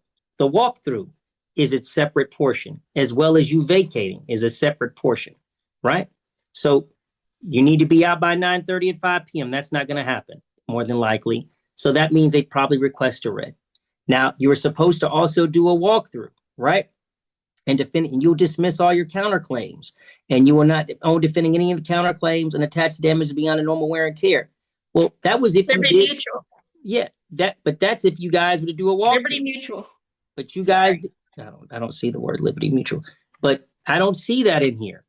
The only thing I see is that, you'd vacate, and if you vacate, by that time, you're essentially releasing all your counterclaims, and then you'd sign a release by releasing all your counterclaims, and you get $1,000 from your security deposit. And there's no record of the hearing. Judge, just to be clear though, the counterclaims are already dismissed. You already signed an order, and the claims are dismissed. To be fair, so that part's a fait accompli. No, I object. Y'all just be saying object. I almost don't want y'all to use the word, because if y'all not going to have a basis behind object, don't say object. If you don't have a basis and don't lay a basis for the objection, just saying objection is just noise to me. So you give me a reason why you're objecting before you just say object. This isn't like a deposition, where you just but let me do this. I'm gonna let you take another break. I'm gonna send y'all to the breakout room. Maybe y'all can talk and figure it out, because I've got other cases to get to. And so it really is between y'all. If I make a decision, you're not gonna like what I'm gonna do, but I'll give you guys another opportunity to see if you guys can resolve amongst yourself. Your Honor, I appreciate that. Greatly appreciate it. But she has proven to me, if not this court, that she cannot be trusted. Well, who knows? There's no need to go forward. Next time, listen. Wow. Next time, listen. Repairs. Be quiet. Next time, I'm just gonna have everybody sign, and you can guys do it as an electronic document, and everybody will sign it. And counsel, you'll have all the documents done. We won't have to worry about another document being produced later, because basically what you guys did is you guys went to did a mediation, and now you guys are coming back saying, Judge, we haven't really reached an agreement. And that stuff happens all the time, Ms. Johnson. So that means you guys really don't have an agreement. That means we could have a trial. Now, that would be the way I could do it. I could say, you've got to consent. Neither party has consented to the terms and agreed. And then we can have a trial. When would the trial begin if we did? I guess instead of a continuance, I'd reset it for trial, because we haven't been able to address all the other matters in the consent agreement. Attorney Farrell, what's your position on that? I would respectfully disagree, Your Honor, about that. I would It should be a trial. I would agree with trial. And Attorney Farrell, what's your basis as far as the parties not essentially performing all of the agreed terms in the consent agreement? What's your position on that? I guess you could have a motion to enforce agreement. That would be, if Ms. Johnson can state, well, I'm willing to sign it, but you're not giving me the $1,000. That would be an option that she would have. I don't think we can blow up the whole thing though and say, go back to square one and have a trial. No, I listen, I'm generally agreeing, but I'm trying to determine what terms are you saying that they didn't do, but it comes back on you, Ms. Johnson. I'll be frank, it really comes back in your plate. If they give you a release that you don't want to sign, then you don't have to sign it until you're comfortable. Or you can have somebody who's a lawyer that reviews it and says that you're comfortable. But you don't get to push back. You don't get to agree, but the problem then becomes you don't get to sit on the house too. You No, don't I get to do understand both. that. I understand that, but So why don't you take a break and think about what you want to do, and I'll deal with other people's cases. I just wanted to ask you a question before I do that. If we were to go to trial, because you mentioned I that, and I don't think we will. So now I just was a thought, but when I think about it time and time again, because this is producing, I'm trying to give you an order today because I really don't want to continue it. Is that I'll be frank, 9:30 is the date. Whether or not you sign the release and release all your claims is a decision of your own. I know you're saying that there's an order where there's dismissed, but there's not a mutual release. So I don't know exactly what counter thing. I mean, that's usually dismissed. I don't really know if I signed it with prejudice, but obviously claims that wouldn't be applicable here could still be arguably alleged at another time. So the money is only if you do the walkthrough and agree with everything. More than just the money, but I know it's more than just the money to you. I mean, but so why don't you pause? Because I have a strong feeling about what I want to do. But why don't you pause? Think about it. Attorney Green, what do you have? The trial in position 3, it's a judgment on pleadings. You guys, let's do 6 first. Cinque. Good afternoon, Your Honor. Attorney Ms. Roche. I'm stressed, Your Honor. No, everybody's stressed. But that's life. Nobody, I don't understand. That's life. Raise your right hand. God, I'm Lord. stressed. You swear or affirm to tell the truth under penalty and perjury of the law? Yes, sir. All right, well, let's figure out. Maybe it's not as stressful as you think. So, Attorney Green, tell me, is this a written or oral lease between Ms. Roche and you? Your Honor, this is a written lease that went month to month. Oh, I'm sorry, not Green. Attorney Cinque is month to month. Okay, and what's the monthly rental amount? It is $1,705 plus a $300 month to month fee. Hold on, that's not my. Well, I'm not month to month. Okay, well, let me just hear because I do see. I see a couple things. So, how much did you say it was? $1,075, Your Honor, is the base, and then there's a $300 month to month fee. Okay. How much is a late fee if applicable? The late fee. I am not seeing one immediately on the ledger. It is it's a $100 late fee. Okay. Last time the tenant paid rent from any source? So the last time payment was made in any form or fashion was on May 30th. Now, I see that you guys are not asking for any past due rent, possession only, and only rent in the future at 1075. Correct. Yes, Your Honor. We're just looking for possession today, not a money judgment. Okay. All right.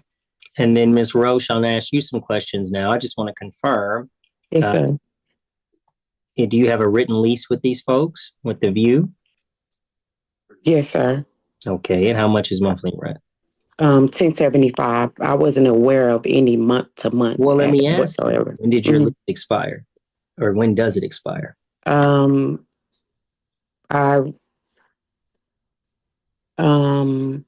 My lease expires, I thought, in May, like the May coming up, like next year. 2026?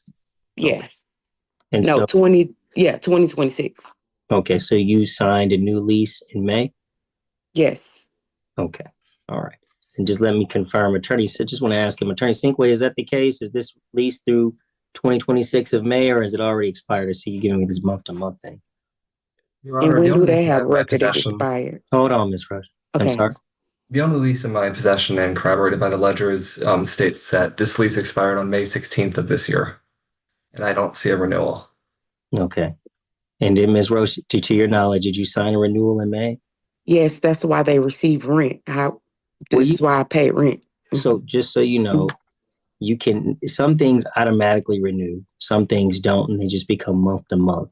So it's very dependent upon, it depends, on what's going on. But if they've been collecting 1075 since May and have not indicated any additional amounts, then it's 1075. I'm not sure about the 300 unless they would have put you on prior notice and been collecting that. So Attorney Cinque, I hear you, but you guys, if you haven't been demanding it and giving a prior notice and been then that's different. But I see that they say they haven't collected rent since May either. You said you haven't paid since May? Tried. That's why I said I was speaking to the attorney saying that I feel like this is fraudulent filing because they are saying non-payment of rent, which is not the case. When you file do a filing, it's supposed to be on non-payment of rent or a lease violation. That's not grounds for this. I've paid my rent and keep trying to pay my rent. They're refusing rent because of something that should be a separate claim. They have and I submitted those documents to you. They are alleging that I broke a gate that was already broken. So they are refusing my rent on grounds of that, saying that, hey, if you don't give us your insurance policy to cover this gate, then we're not accepting your rent and you can't stay here anymore.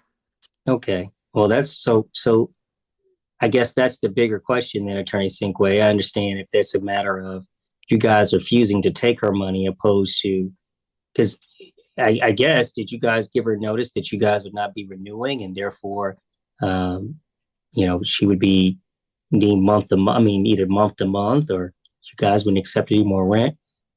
And Your Honor, I imagine that the notice was sent out. No. But if I may. Hold on, Ms. Roche. Okay. On this matter, the basis purely is non-payment.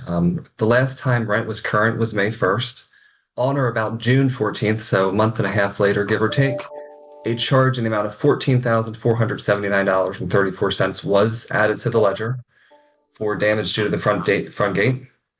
And under Section 8, subsection B of the lease, this is accessible as additional rent. And then paragraph 5, section D of the lease allows this rent to be collected as an antecedent debt preceding the subsequent month's rent. So, you guys are not asking for that here, so I found that'd be interesting. Obviously, I'm always interested in how you guys allege that she was responsible for a $14,000 repair, but I guess that's another thing. There's got to be a process for that. You guys can't just assess damages to people without any due. Maybe you can. Maybe you can. I see it's not on here, but is it that she didn't? So basically, what you're saying is rent came due, but because you guys threw a $14,000 charge, unless you pay the full amount, you guys aren't accepting anything less than that. Essentially, yes, Your Honor, but the notice. That's terrible. You know how that goes. That doesn't sound good. And Your Honor, if I may, they did provide a little over 2 months before they sent a notice to vacate. So they worked with the tenant for 2 months. No insurance was provided. No payment was made. And the tenant was payment was refused for rent. Okay, well, that's a sin. Well, counsel. So I'll be frank. I'd like to see some documentation regarding this because it does always raise my antennas when there's past due rent, but there's there's an allegation of non-payment saying you're only seeking possession, but then now you're telling me you guys have assessed actual additional charges. I would argue whether or not why couldn't she then dispute that amount? Because it sounds like you guys are going to go after her privately for that amount, but not in the judgment. And that becomes problematic because if she did try to tender payment at that time, and you guys are alleging there's this additional damage, I understand the contract, but I wouldn't it not be within the grounds for her to be able to dispute whether or not that charge was valid? Or is that charge just because you guys say so? That's what it is. That was based on the contractor's work to fix the gate, to the best of my knowledge. And we did afford a little over 2 extra months to work this out amicably before notice to vacate was sent on 8/22. Okay, so you're saying you guys did your own internal thing to determine whether or not she was responsible, and as a result, you assessed that repair to her directly. Yes, Your Honor. And insurance was asked for, but it wasn't provided by the tenant. Well, the gate has never worked, and the damage that were alleged to me is fraudulent. Oh, okay. Well, I don't know. They're not asking for that amount here. None of that has been given to me. But the problem then becomes, counsel, you guys aren't asking for that in this judgment. In this complaint, right? You're just saying that you're not looking for any money. She's saying she could have supplied you the money, right? And then that's different because your complaint is what your complaint is, despite the fact that there may be other things going on. It's kind of like the similar case. There's the consent agreement and there's everything else that's going around, right? Consent agreement, the complaint says possession only 1075. She's saying I've been trying to pay rent and y'all been rejecting rent. Rejecting it. So let me ask you this. What does the 3-day letter say? The 3-day letter.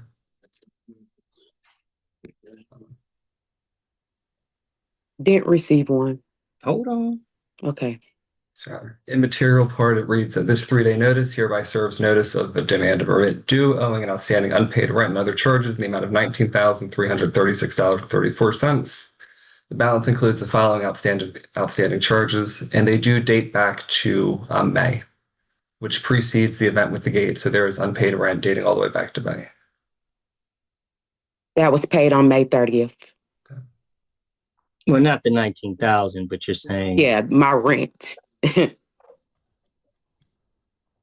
I asked them how they're just going to put charges on me for a gate that never has even worked. I sent you the email. I submitted the email to the portal that I sent to them, and I showed you their response.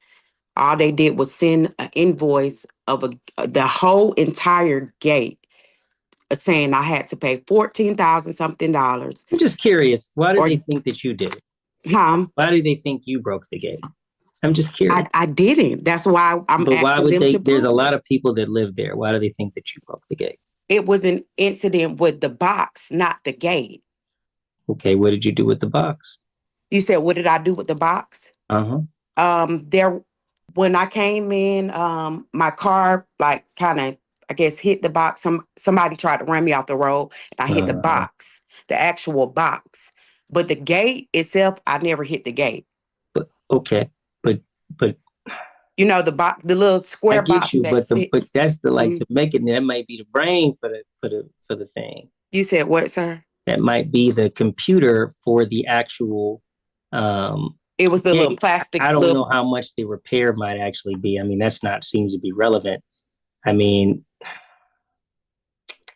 but what they did was charge for the entire gate that has never worked the entire year plus that I've lived in this community. It's never worked. I get that. And so the problem then becomes, counsel, this is the interesting part.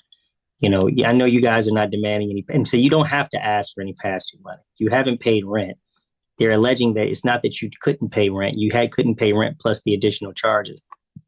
Correct. Now, when I went to the rent office to give them my hold okay. On. So the counsel, really the issue is, I know she's not paid, but she couldn't pay the full amount because it's significantly more than what she would normally pay. You guys aren't asking for that here, then that makes it's material but immaterial. You know what I mean? About her ability to pay. She's saying she could have paid all the rent, but for these damages, which she's disputing. I still have the money orders for all my rent for all the months. She's got all the money orders for all the rent. So, Your Honor, if that's the case, then I'm happy to hop into a breakout session.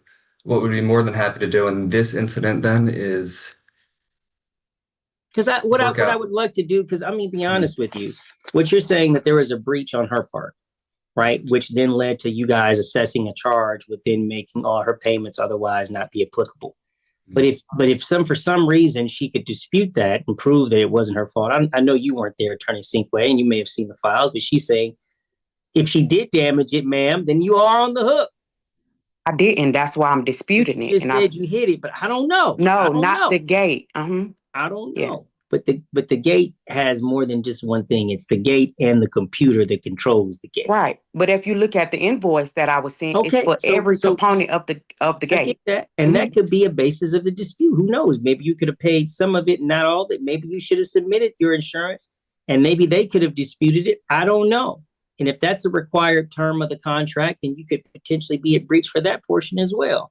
Because if you were required to have insurance to supply, the insurance very well could have dealt with that as well. Okay. But what I'm saying to you, counsel, is that I don't see that here. That's that's a condition or an issue that's not present. And so she's saying, I've got all the money, but you're saying it's still not going to be enough. But that's not what the complaint kind of says. You know what I mean? So do me a favor, talk to her real quick. Otherwise, if you guys can deal with something, and then I'll come back because I've got one other. Your Honor, may I? I've got the other motion. Yes, ma'am. I already told him the same thing that I told you. He said, "Hold on, let me call my client." Well, let's see. There's more called them, information. and they Ms. said they Roche. want the $19,000. Miss Roche. Yes, sir. Let's see what else they have to say. Okay. Because you don't know what I'm going to say. So it Okay, Your might be in Honor. your interest to just go ahead and see what they're gonna say. Okay, thank you so much. No worries. So go back to the breakout room. Mm-hmm. Okay. All right. And then Attorney Green, we got your trial. He's at position 3. Yes, Judge. Yes, guys. Let's see why we only had 12.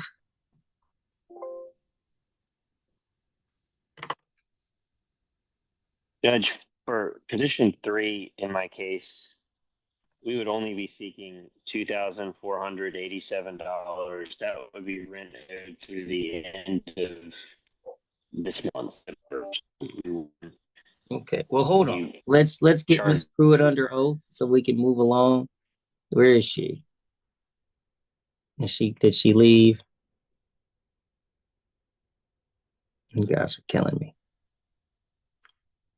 Well, I'm going to be staunchly and vehemently opposed to a reset in this I know. case, Judge. She's here. There she been goes. Ms. on Pruitt. already. She's right there. Ms. Pruitt, unmute for me. Raise your right hand for me, Ms. Pruitt. You swear or affirm to tell the truth under penalty and perjury of the law? Yes, sir. All right. So, counsel, this is written oral lease. It's a written lease, Judge, and if you look at the answer, I would move the court for a judgment on the pleadings. Okay. I'm just asking you the basic questions so I know what's going on. Oh, You've said I'm that a sorry. couple times. Just tell me how much No. monthly rent is. It's Judge, monthly rent on this is $900. Is there a late fee? Yes, there was pending late fees of $200 and I mean, how much utilities is it? of $118. How much is the The late fee? total owed through the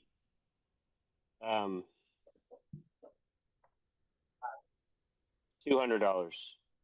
Well, that can't be $200 a month because it's only $900. So it's, I mean, at most it can be $90 at tops. Thank you, Your Honor. Because they've added a lot of. Hold on, just stop.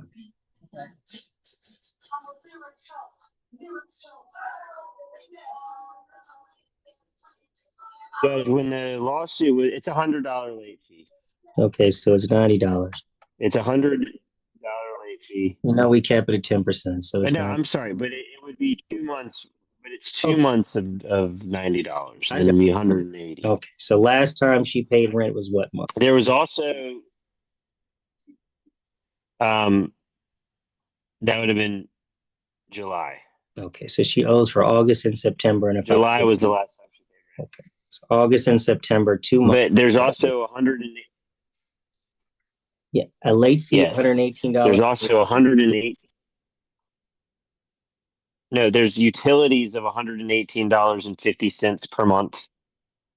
And then there's a $250 insufficient funds fee because her August payment was returned as not sufficient.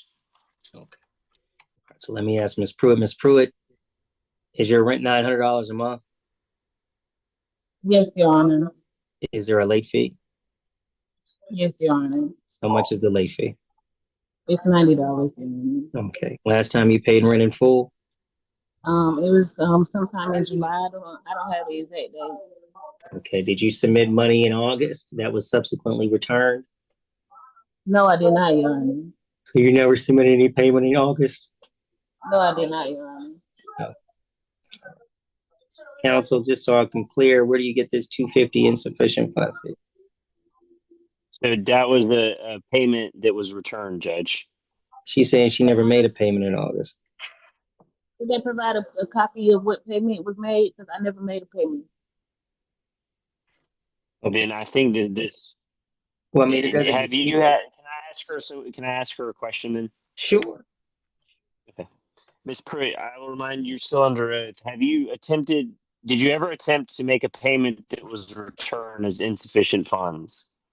No, Mr. Green, I did not. I only had a verbal conversation with the property manager that I was behind and that I would try my best to pay as soon as possible. I never submitted any form of payment.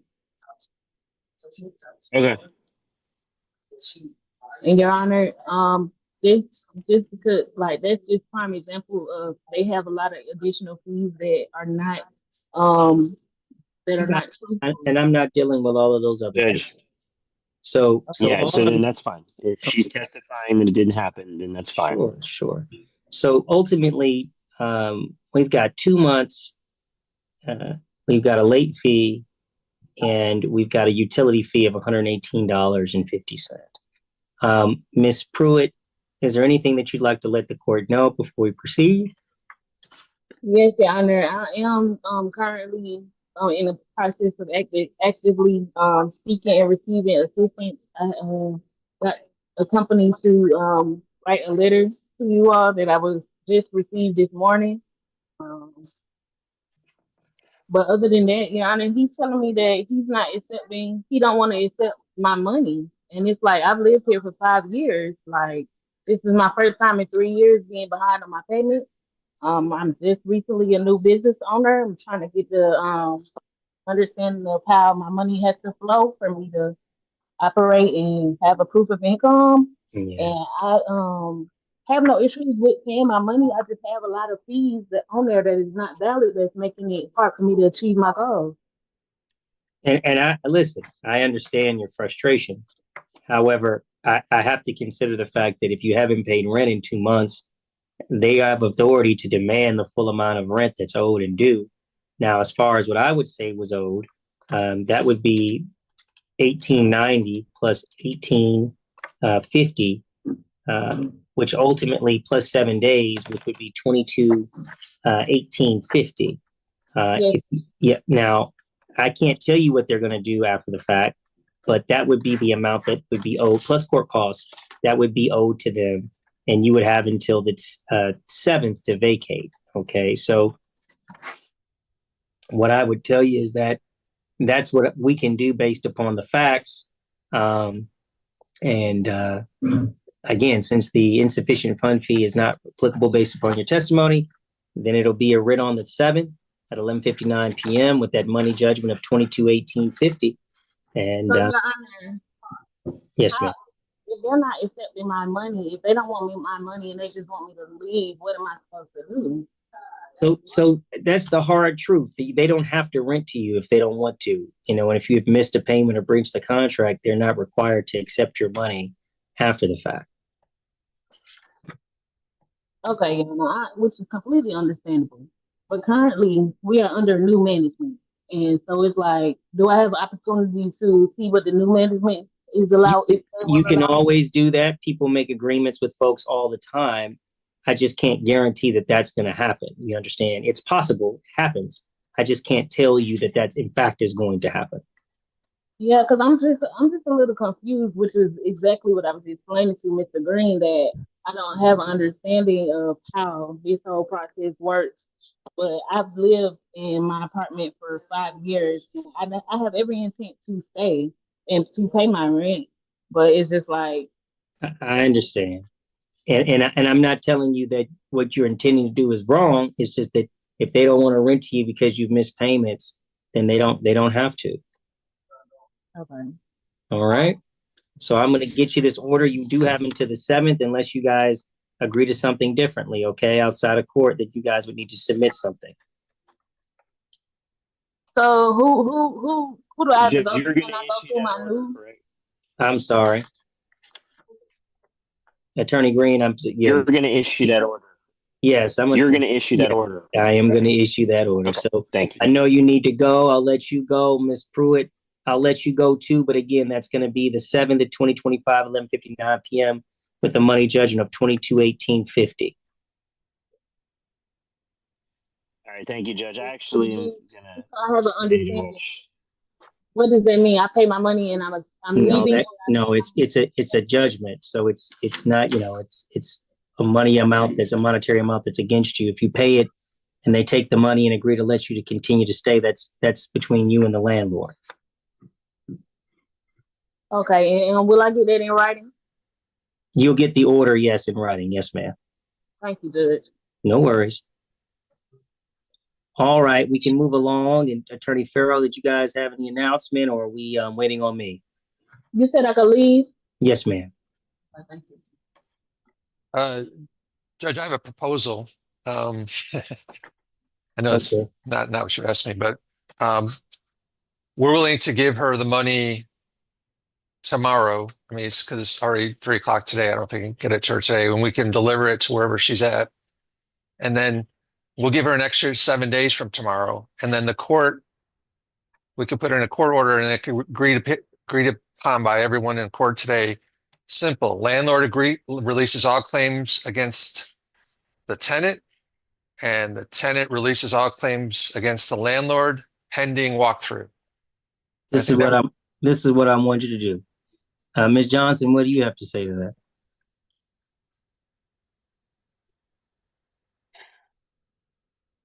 You said pending walkthrough. So if we get through the walkthrough and both parties disagree, then what? Well, it could be you may have put the place on fire, so they can't release. Well, they don't know what the condition of the property is right now, and you could start a fire there tonight. So pending walkthrough, that's Georgia law, where there is a claim that could be asserted against a tenant afterwards. That's kind of what Georgia law is. The security deposit statute contemplates. So neither one of us would release claims until after the walkthrough. No, that's not the way I said it. And my client's willing to release. You talked about water claims. They said they'll release the claims, including any water claims. That's what you talked about in front of Judge Joshua Davis here a little while ago. I'm sorry, Your Honor, if you're keeping up, is he changing things as we go? Because from what I understood, the first thing he said was, it's simple. And then he continued to say other things after the fact. So I'm just trying to figure out what it is. Initially, you said it was just simple, and you had two sentences. And then when I repeat those, you make other claims. And that's what the problem is here. Ma'am, ma'am, let me talk. When you ask me a question, all right, I'm sorry. I'm gonna let the judge be the judge. All right. So, Ms. Johnson, he's offering that you would essentially have an additional 7 days for him to get you the money, and they would do the walkthrough in between that time. Now, if you guys, for some reason, don't do any of those things, then there are consequences to that. There has to be consequences. Otherwise, nobody would agree to anything. So what would the consequence be? I guess, Ms. Johnson, so just so we're clear, he's offering to give more time and hopefully give you money for the release. Now, if you don't, I tell you before, you do not have to sign the release, but then you don't have to get the money either. So that's a fact. That is not something that's a fact. So you have to make the decision on what's more important to you. Because the court, I'm not going to allow you to remain in the property permanently until you guys come up with an agreement. After a certain amount of time has passed, right, then I'm just going to issue a writ, right? Because ultimately the terms were that you were to vacate for various, for whatever reasons. So they're offering to give more time to get you this money. I can't tell you whether or not you're going to agree to everything in the release, and I can't tell you guys are going to agree with everything in the walkthrough. That's in the future. I can't tell you.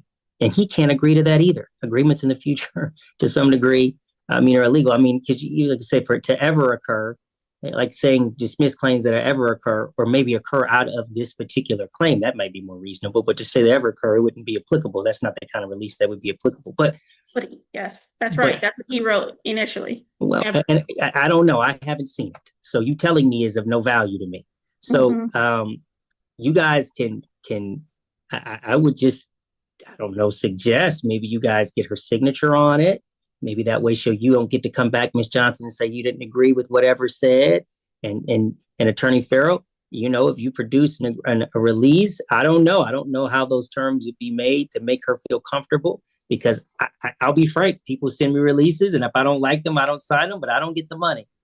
So Ms. Johnson, what you're asking for, you can't have it both ways.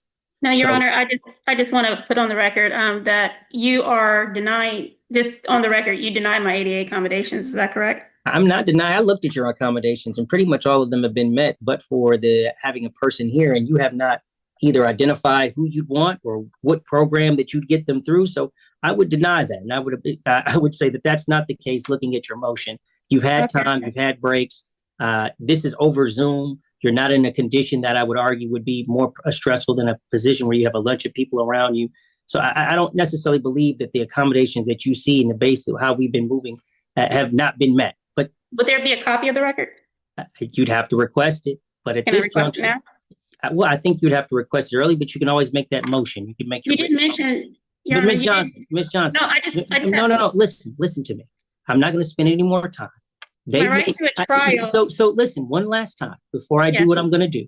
He's made the offer to get you additional 7 days to get you this money. Okay. And May to I be able to speak get your release. No, yeah, I'm going to speak and then I'm going to make an order. I'm going to give you this last option. That's what he's saying. Do you want to do that or I just not? want to ask a question about the option. Yes or no? I wanted to ask a question about the You option. can address it to Attorney Farrell, not me. Attorney Farrell. Okay, so as in regards to the option, you said you would get the $1,000 to me by tomorrow. And then you said 7 days, and then we would do a walkthrough. I don't know how I'm going to do that going into that house the way it is, but a walkthrough. So that's another health risk. We would do a walkthrough, and based on what we see during the walkthrough is whether or not we release claims, future claims. Is that what you're saying? What I originally said was, I was trying to make it very simple. You release all claims against the landlord releases all claims against you pending walkthrough. And then So only the landlord gets an option to have an exception. that's right. And the reason is because you have his property and you could be destroying the property. He doesn't have anything of yours. That's why it's different. You're not in the same position. And then in 7 days, during that 7 day, you get your money tomorrow. In those 7 days, you can get your people to come and take out of the property whatever you want, and then the landlord gets the property back. And those are the conditions without an additional release. The release is just what I said. You said it was too complicated. I've made it very simple. You release all claims against the landlord releases all claims against you pending walkthrough, and the landlord, and I'm adding more to it. I know you didn't like that last time, but it's for your benefit. That release also includes the water damage, because you said that before, that was something that the landlord could hold against you. And Mr. Thomas is here and he's saying he's not going to hold that against you. That's right. And that will be in the writing in the release. Yes, ma'am. And I could have it, we could make it part of the judge's order if the judge would agree to that. We could do it right. And you don't have to sign anything. It would be part of the judge's order. And then the okay, because I was just looking at how would we do the walkthrough if I could not go into the property without risking my health? Zoom. You could have a proxy, maybe a substitute. Your son, or you could. I guess Mr. Thomas is offering to do a walk. He could do FaceTime or some kind of electronic ways you could do it. And I just based on what the Judge Davis mentioned, we wouldn't enter an agreement. The agreement would be, it would not be based on future claims. It would be based on this right here, the current claims. My position is you've already released the claims based on the dismissal with prejudice of your counterclaims. But having said that, so everyone has closure, you're releasing any other claims that you have, and then the landlord's releasing any other claims he has, and then the case is wrapped up, and hopefully you go about your life and you never interact with each other again. Yeah, but those claims are contingent on current. We're not going into the future. That means it's from today back, current. I just want to say something real quick, and then I'll let Attorney Farrell talk. You voiced the concern in front of the judge here in the court and everyone that you didn't want a walkthrough, or you didn't feel like that was fair because you felt like we may try to come back and blame you for the water damages. As my attorney just said, we're willing to stay here in court and the judge can put it into the document. We're not trying to get you for the water damage. Everything excluding water damages or anything in reference to the water damages, totally absolved. I'm saying if we go in there and you, I don't know, did any other damage, who knows? Other damages to the properties that could exceed a lot of money. I think it's only fair that we do a walkthrough and have a look at the property. That's it. Just I saying. get it. I also think it would have been only fair that you would not let mold and anything build up, and you would have done the repairs in time. Now we're But you rehashing. chose not to. Well, now we're rehashing. So do we have a deal going forward? Now we're rehashing. We're not rehashing. Okay. Well, that's our You, offer. you chose to be a retaliatory landlord, not accept my rent. I was not late. You just didn't accept it. You decided there was no rent due. I sent that document. Ms. Johnson, this is like yesterday's news, yesterday's weather. We're way past that. We're going forward. Right. So real simple. You said I sent you a 5-page agreement. Your point has been well taken. You've been heard. We're keeping it super simple. You release all claims against the landlord. Simple as that. Landlord releases all claims against you pending walkthrough. That's right. The release includes water damage. We'll get you $1,000 by tomorrow. The You release tell me does what- not include future claims. No, it doesn't include future claims. It does not include. You all future are not going to claims. have future. I mean, I'm sorry. I'm This sorry. is It does what I'm not going to do. include future claims. Listen. This is simple. I'm going to grant your continuance for 7 days. If you guys don't work it out, there'll be an immediate writ of possession on that 7 days regardless. So you'll come back and see me on Tuesday or you won't. When you come back on Tuesday, if you haven't done what you have done, then it'll be a writ because possession of the premises has nothing to do with you collecting the remaining portion of the money. I'm going to agree to his terms, Your Honor. Okay, because that's what it's going to be. So it's either that or that. But guess what? His terms don't matter until the order is signed by both of you. Whatever you guys got going on, when it got your signature on it and his signature on it. Otherwise, you can have that today? be quiet to me. Okay. Be quiet. And then next week, you either will appear, right? Or I'll see your order in my inbox for me to sign. And if I haven't signed it, you're going to come back to court. It's going to be virtual. So there won't be any issue for you there. And then we'll address whether or not you guys have gotten any money and signed anything. If you haven't, then I'm going to just give a writ because we granted your continuance for a writ of possession. Okay. And then that'll be it. And you can disagree and you can do whatever you want to. No, But that'll be the order. So I will see you guys next Tuesday. Next Tuesday. Hopefully you guys get it addressed. OCGA 44751. Thank you. Thank you, Your Honor. Thank you, Your Honor. You're welcome. All right. You guys are free to go. Hopefully you guys can get everything in. I would recommend, Attorney Farrell, if you guys have any new agreements that are entered into, that they have her signature as well. So they won't be. 44751. All right, now. But that's what it'll be. Right to the trial. Thank you. Thank you, Your Honor. Have a good evening. You're welcome. Your Honor, we're excused, just to be clear. Yeah, please. And again, like I said, if you guys do anything, make sure that it's signed by both parties. And I will see you guys both on next Tuesday anyway, just to confirm that everything's done so we can have full conclusion of the case. So Ms. Johnson, you would have gotten your continuance as agreed. But again, that continuance will not address the issues where you've already signed on a consent to be vacated by 9:30. We're just continuing it on because of the issue about the signing of the mutual release of $1,000, which I still don't think is relevant to possession at this juncture, based upon the reading of the consent. But based upon the totality of the statements made today and the offers that have been made by counsel, then we're ultimately going to see you guys on next Tuesday. But if no agreement is made, possession will be granted to them based upon everything else that's already in the record. All right? So Okay, I'll see you guys next Tuesday. Thank you. Thank you. Yes, you reach out to me. Thank you. Yes, ma'am. See you. All right, Attorney Sinkway. Yes, thank you for your patience, Your Honor. No worries. Did you guys have anything, or whether or not I need to go ahead and make a ruling here? So we have reached a consent agreement on this one. Great. Ms. Roche, you already under oath. What are the terms? All right. Just to pay the past due rent. Okay, well, how much is that? The total $59.57. $59.57. By when? Counsel? October 3rd. All right, and if you don't pay that, then what? Then I guess they'll file the writ of possession. Look at that. You was listening. Writ on the 3rd, 2025, if no payment. Your Honor, Right, and and we've with also, apologies. No, go ahead. We've also agreed to waive June, July, August, and September's late fees, given the circumstances. Well, with all of that, counsel, you're going to provide me with that proposed order?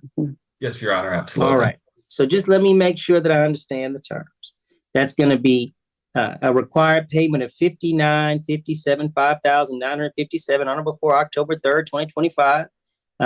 If you pay that amount, you continue to pay rent and remain in possession of the property. If you do not, there'll be a writ of possession on the 3rd, a money judgment of that $59,57. Those are outstanding payments. That includes no attorney's fee. No late fees. They're waiving those late fees.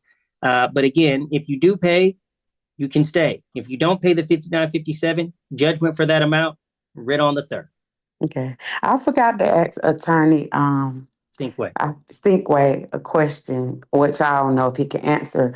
But about the repairs and stuff they've been refusing to do because of the gate, what do I need to do about that?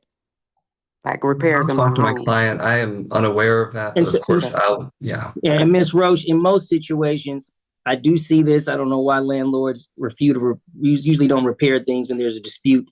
But once you've paid this money, there should be no more default. And so everything should open up and there should no longer be a prevent from you to pay any rent beyond that based on this consent agreement. So if there's something else, then that may need to be, you may need to let the court know. But otherwise, counsel, you're providing me with a proposed order that's going to say the $59,57 by the 3rd, otherwise writ on the 3rd, and money judgment of $59,57.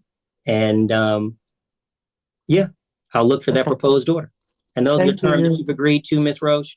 Yes, sir. All right. Well, then I will look for it, and you guys are both free to go. Okay. Thank you. Have a great day. Thank you. Thank you, Attorney Stinkway. All right. Bye. All right. Those are the all the cases, and you guys are making inline recording.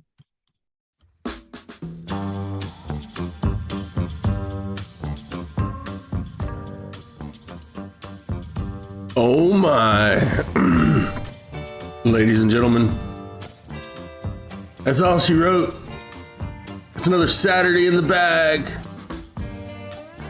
We got nothing else. Well, there's always more. But I think we're going to leave it there for the time being. Keep an eye out for other stuff coming out. Come by every night of the week, 8 p.m. Central Time, 9 p.m. Eastern Time. We have a live chat running while we're watching something from the daily dockets. And as always, check by the channel. I always have videos coming out, short form, long form, who knows? It all comes down to how I feel and what I put together. Keep an eye out, ladies and gentlemen. I am your lone Wafusul. I am your curator for this here channel. I'm your host for these here weekend case reviews. And ladies and gentlemen, this one, wow. For minute one, people who just can't quit talking and just walk right into it.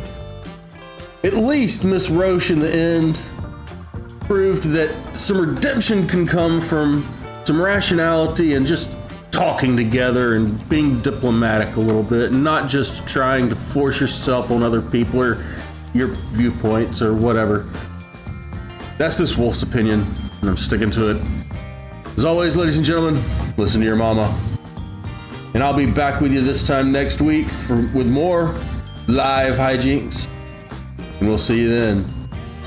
Thank you all for hanging out. Chat's been great. We'll see you next time. Thank you very much. And whatever you do, don't get yourself put in court.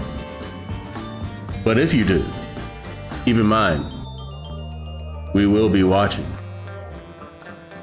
Ladies and gentlemen, you have a great weekend. We'll see you next time.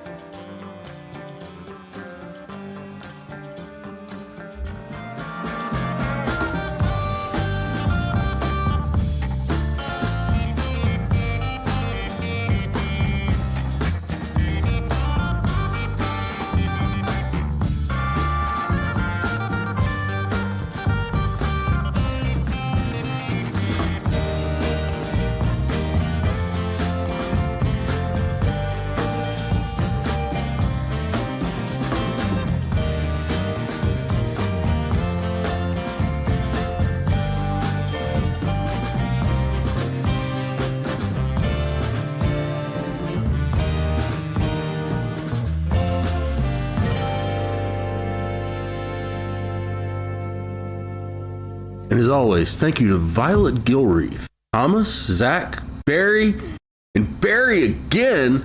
You all rock. Thank you for the donations and the super chats. That makes this all more fun every single day. Oh, look at that. There's a wolf on the screen. Ladies and gentlemen, I am your lone wolf Usul. And this is the only time you will ever get a Ferris Bueller's Day Off after show highlight reel. I never do these things, ever. So go away. There's nothing else to see. Bye.